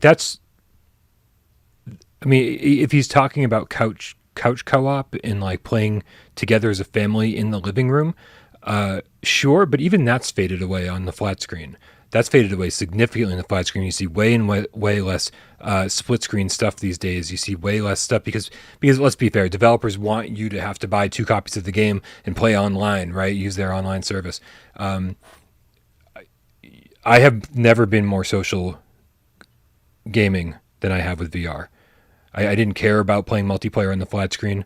As soon as I started playing VR, people started pulling me into Starblood Arena and different multiplayer games, Farpoint, and we just had so much fun that I was like, oh wow, like, and suddenly, like, I was always a solo adventurer, like I want to play these single player adventures, I want to be scared, I want to whatever. And now whenever I play a game, my first question is I was like, oh man, can I play this with somebody else? Can I get a friend in here and go on this adventure with someone else? Because it's so much more fun. And so I don't see VR as being isolating or being very single player at all. I think that it's just as it's got just as many multiplayer games proportionately as flat screen games do.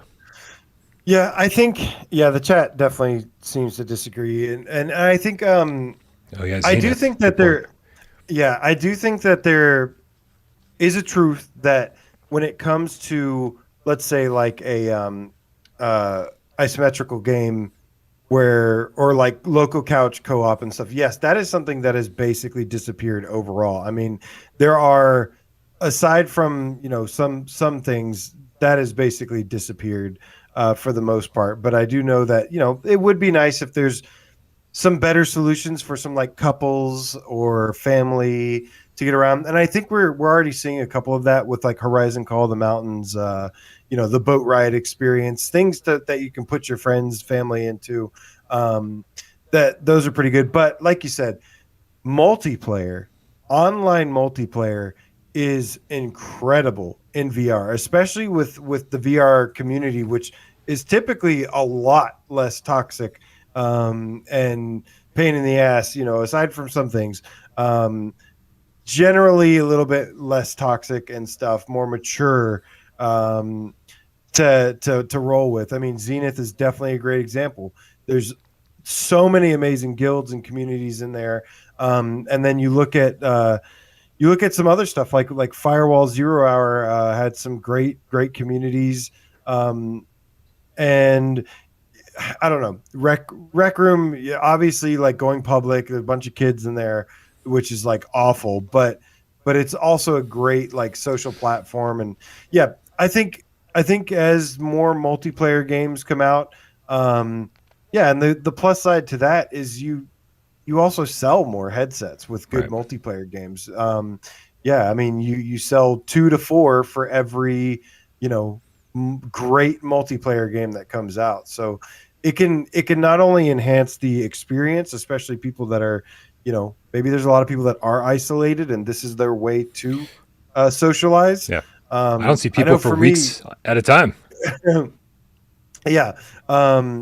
Yeah, I mean my friends list was like 2 people and then VR came out and I had like I don't even know how many hundreds.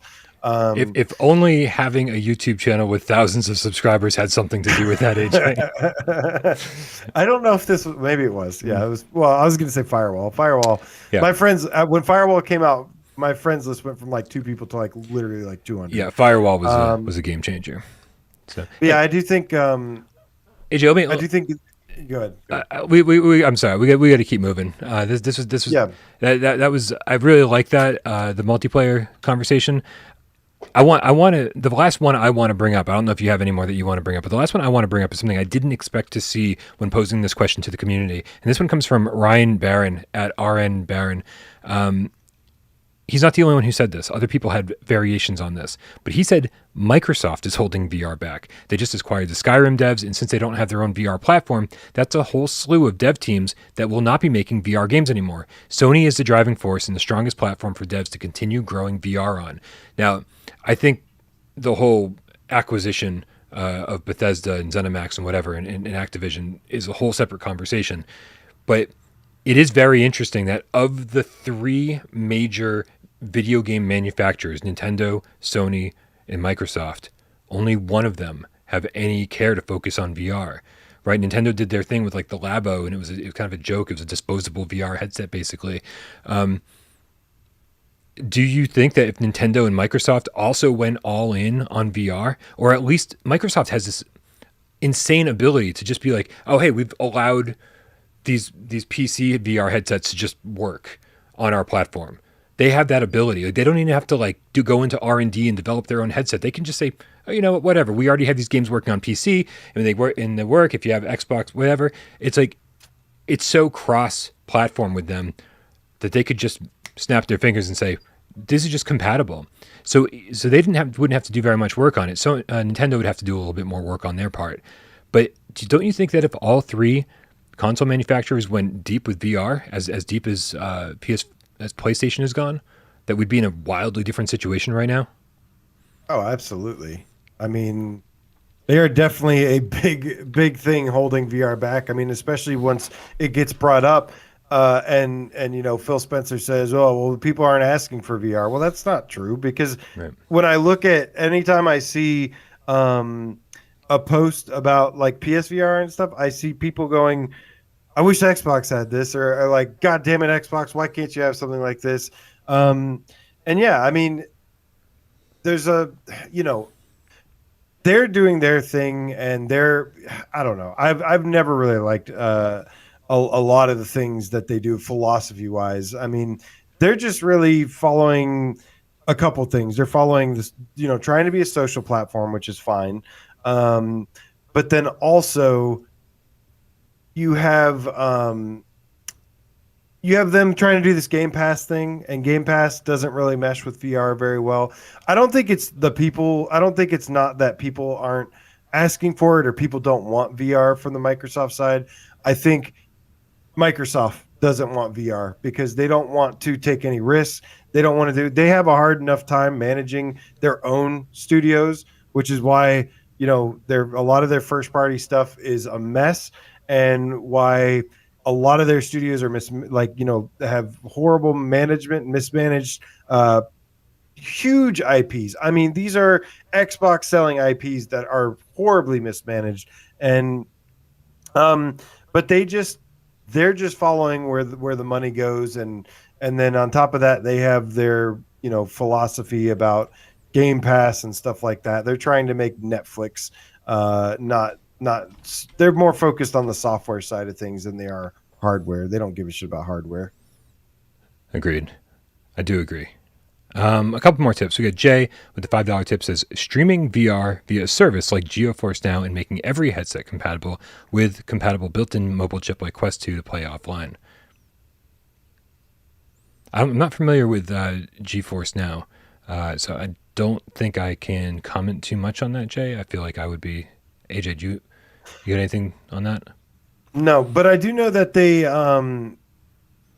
I think it was during the Quest showcase or something, they did mention that you can play Game Pass on Quest or something. And oh, right, I forgot about that. Yeah, but I'm guessing it's more of like I think it's not like an actual converted game. It's more just like I don't actually know if it's actual like VR, like built from the ground up VR stuff, or I assume it's like a virtual screen that you can play Game Pass on, I don't know. which is not really, Sorry, Jay. We're not educated enough on this topic. But thank you for your support. We appreciate you.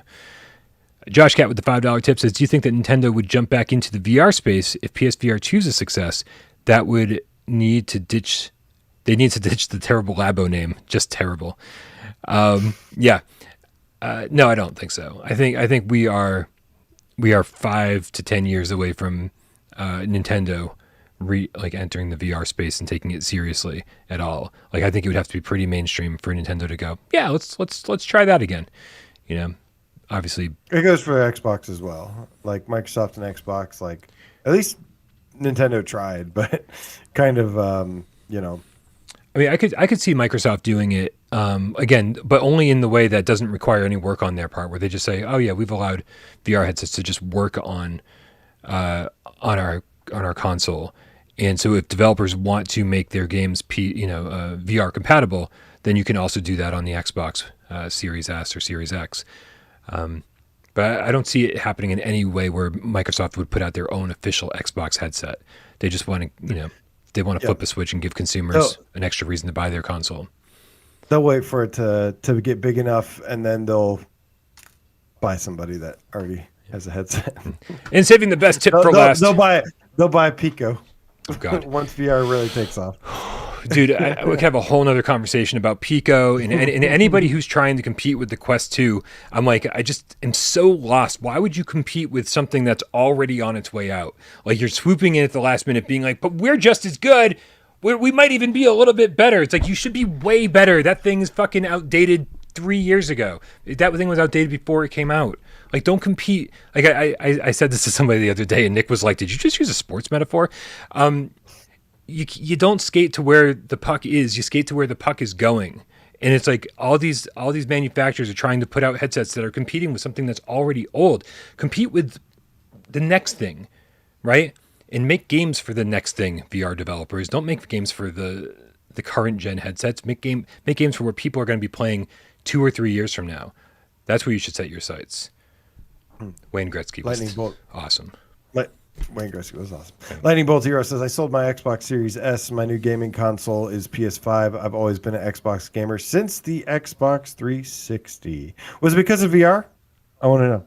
Was it because of VR or just because, PlayStation just kind of runs circles around Xbox in terms of like exclusives and Por supuesto, things like that? Por supuesto. TCMF Games official. What's up, dude? Good to see you. MF Games. MFS for life. GeForce Now is just streaming your library of games. Okay. They're saying you can play VR games using it. Oh, okay. That makes sense. Yeah, I mean, I think streaming has come a long, long way in the last, even 5 years. But I don't know if we're there. It's for come VR a long way. games. The problem is it has a long way to go still. Yeah, especially for VR games. Like you talk about making people motion sick. Like you'd run into a lot more issues streaming VR games than you would flat screen games. That make a lot more people sick.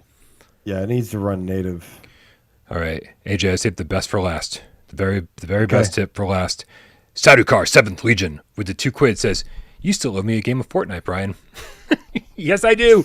Yes, I do. Damn it, Survive got fixed the second we finished Friday's Gamescast. I was gonna jump in and play Fortnite with everybody after Gamescast on Friday. I promised Sadukar that I would play, and then immediately after finishing Gamescast, I found out that Survive had been fixed.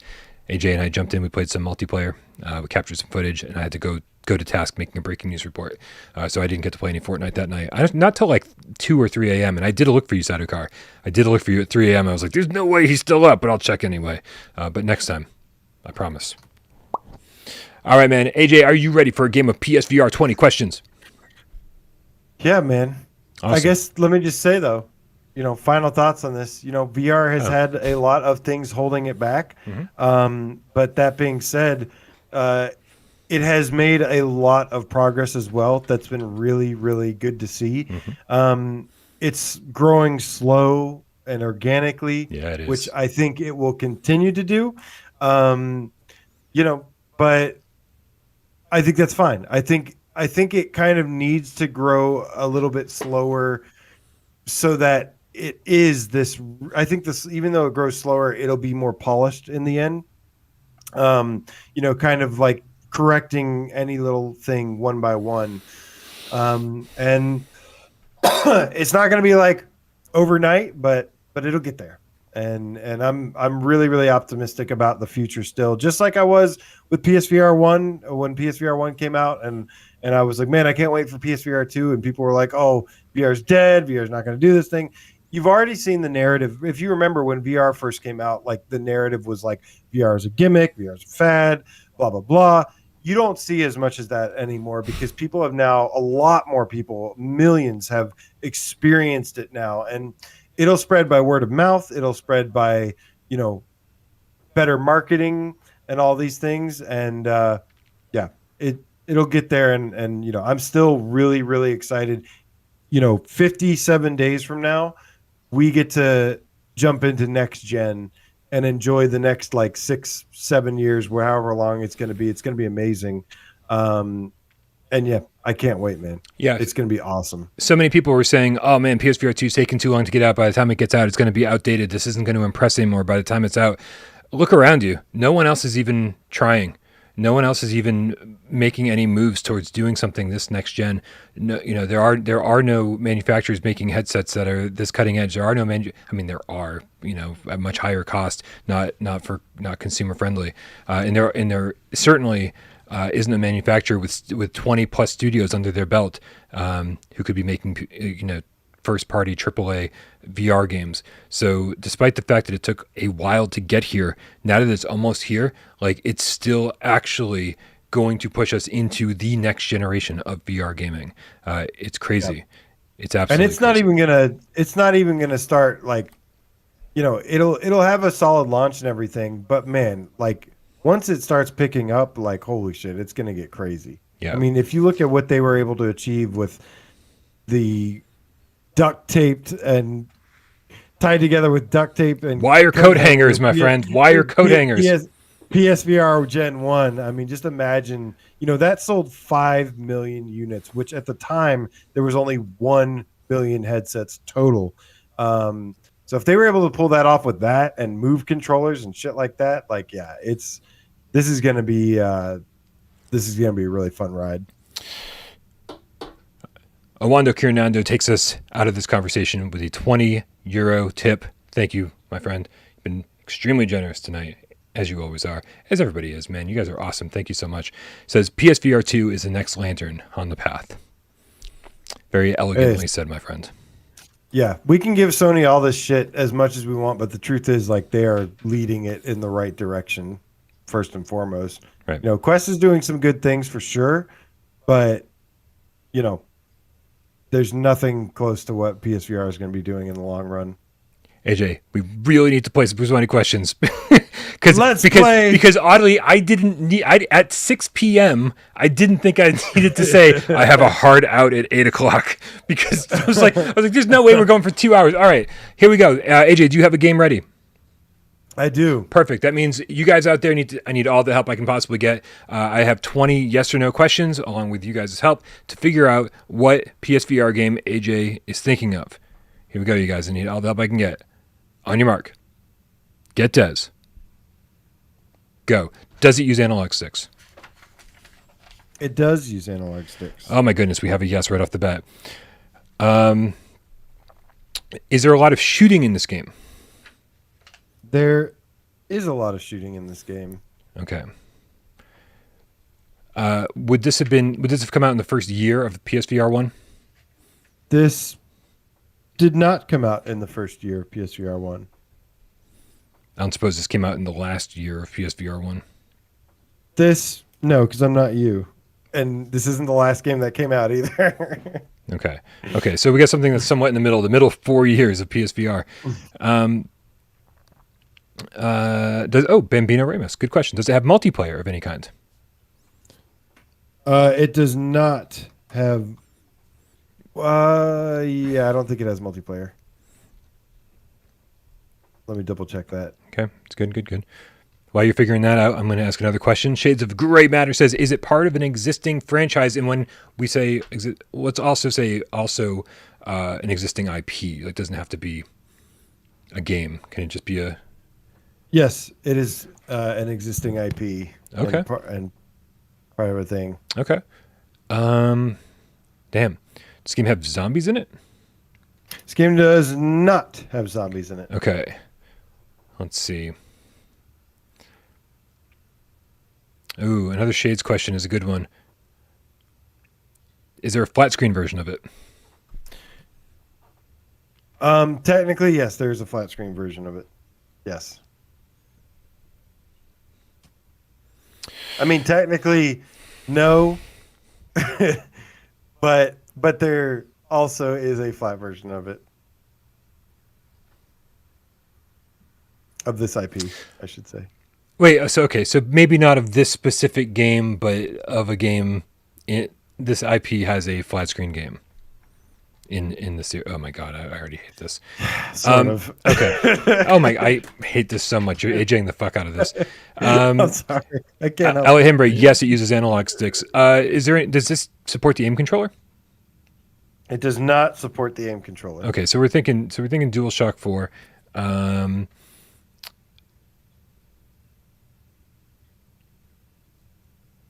And it's not a separate release. I hate this so much. Is it sci-fi? It is not sci-fi. That's 10. Anakin, we tried. Okay. Let's see. Is it... Chat's so mad at me. Twitcher's wondering if it's a bad game. Is it stinky? I think he's trying to talk like No. Ren or Stimpy. It is far from stinky. Okay, so it's a good game. Getting warmer, cats. You're getting warmer.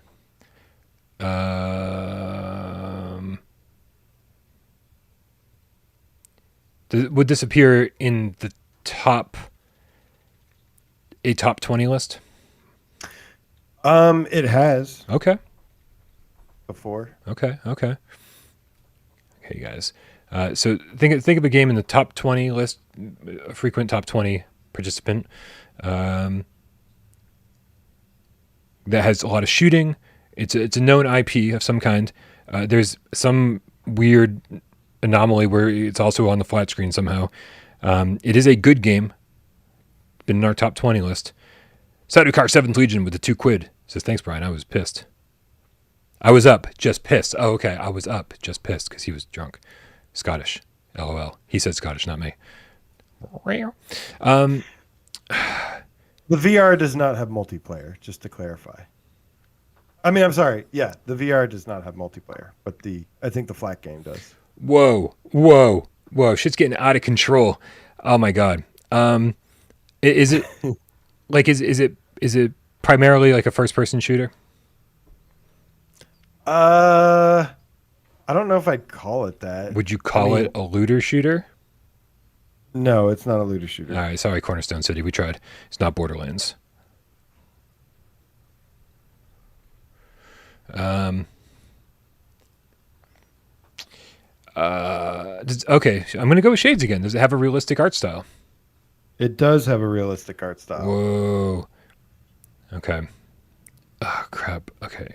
I've seen somebody say it. Crap, I can't scroll back up. That's part of the rules. Well, it can't be super hot, you guys, because it didn't come out in the first year of PSVR. LA Noire doesn't have multiplayer even on the flat screen. Let's make sure, though. Was this developed by Rockstar?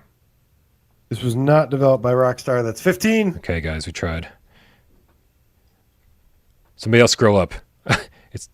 It's not Borderlands, dude. It's not Borderlands. I already asked if it's a looter shooter.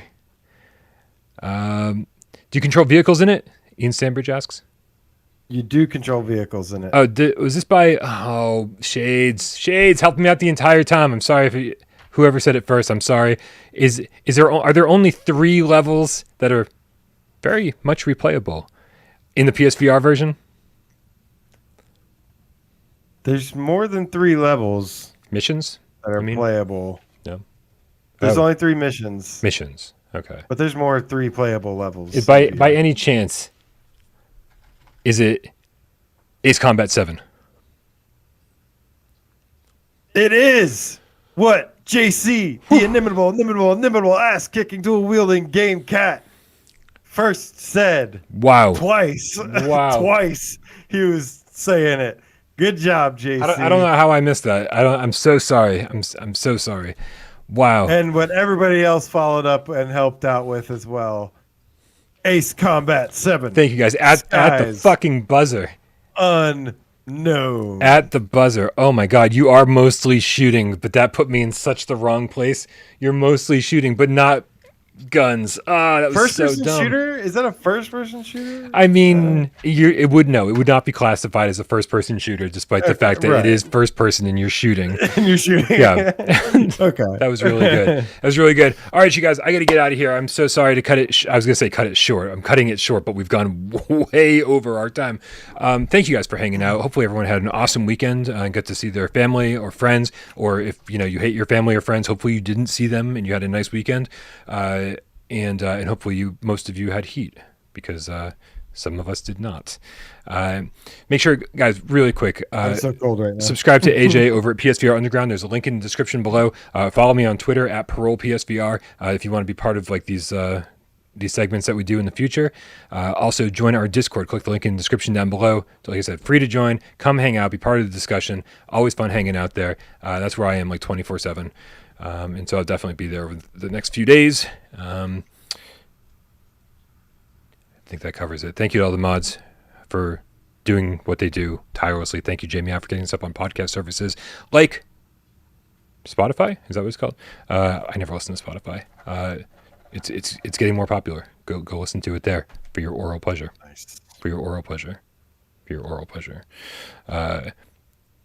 And of course, Sci-Fi Game Cat Henry, who gets timestamps into this thing after the show is over. We thank you very, very much for all your hard work. Thank you to everybody who hung out during the show. Thank you to everybody who supports us on patreon.com/withoutparolegames and tip during the show, keeping the lights on over here, paying for my PSVR 2. Thank you so much. I really appreciate it. You guys are really, really generous. I love you. Thanks to everyone who helped out during 20 questions, and thanks to everybody who chatted during the show. And of course, thanks to everybody who watched the show and sat back and didn't say a goddamn word. We know you're out there, and we love you just as much.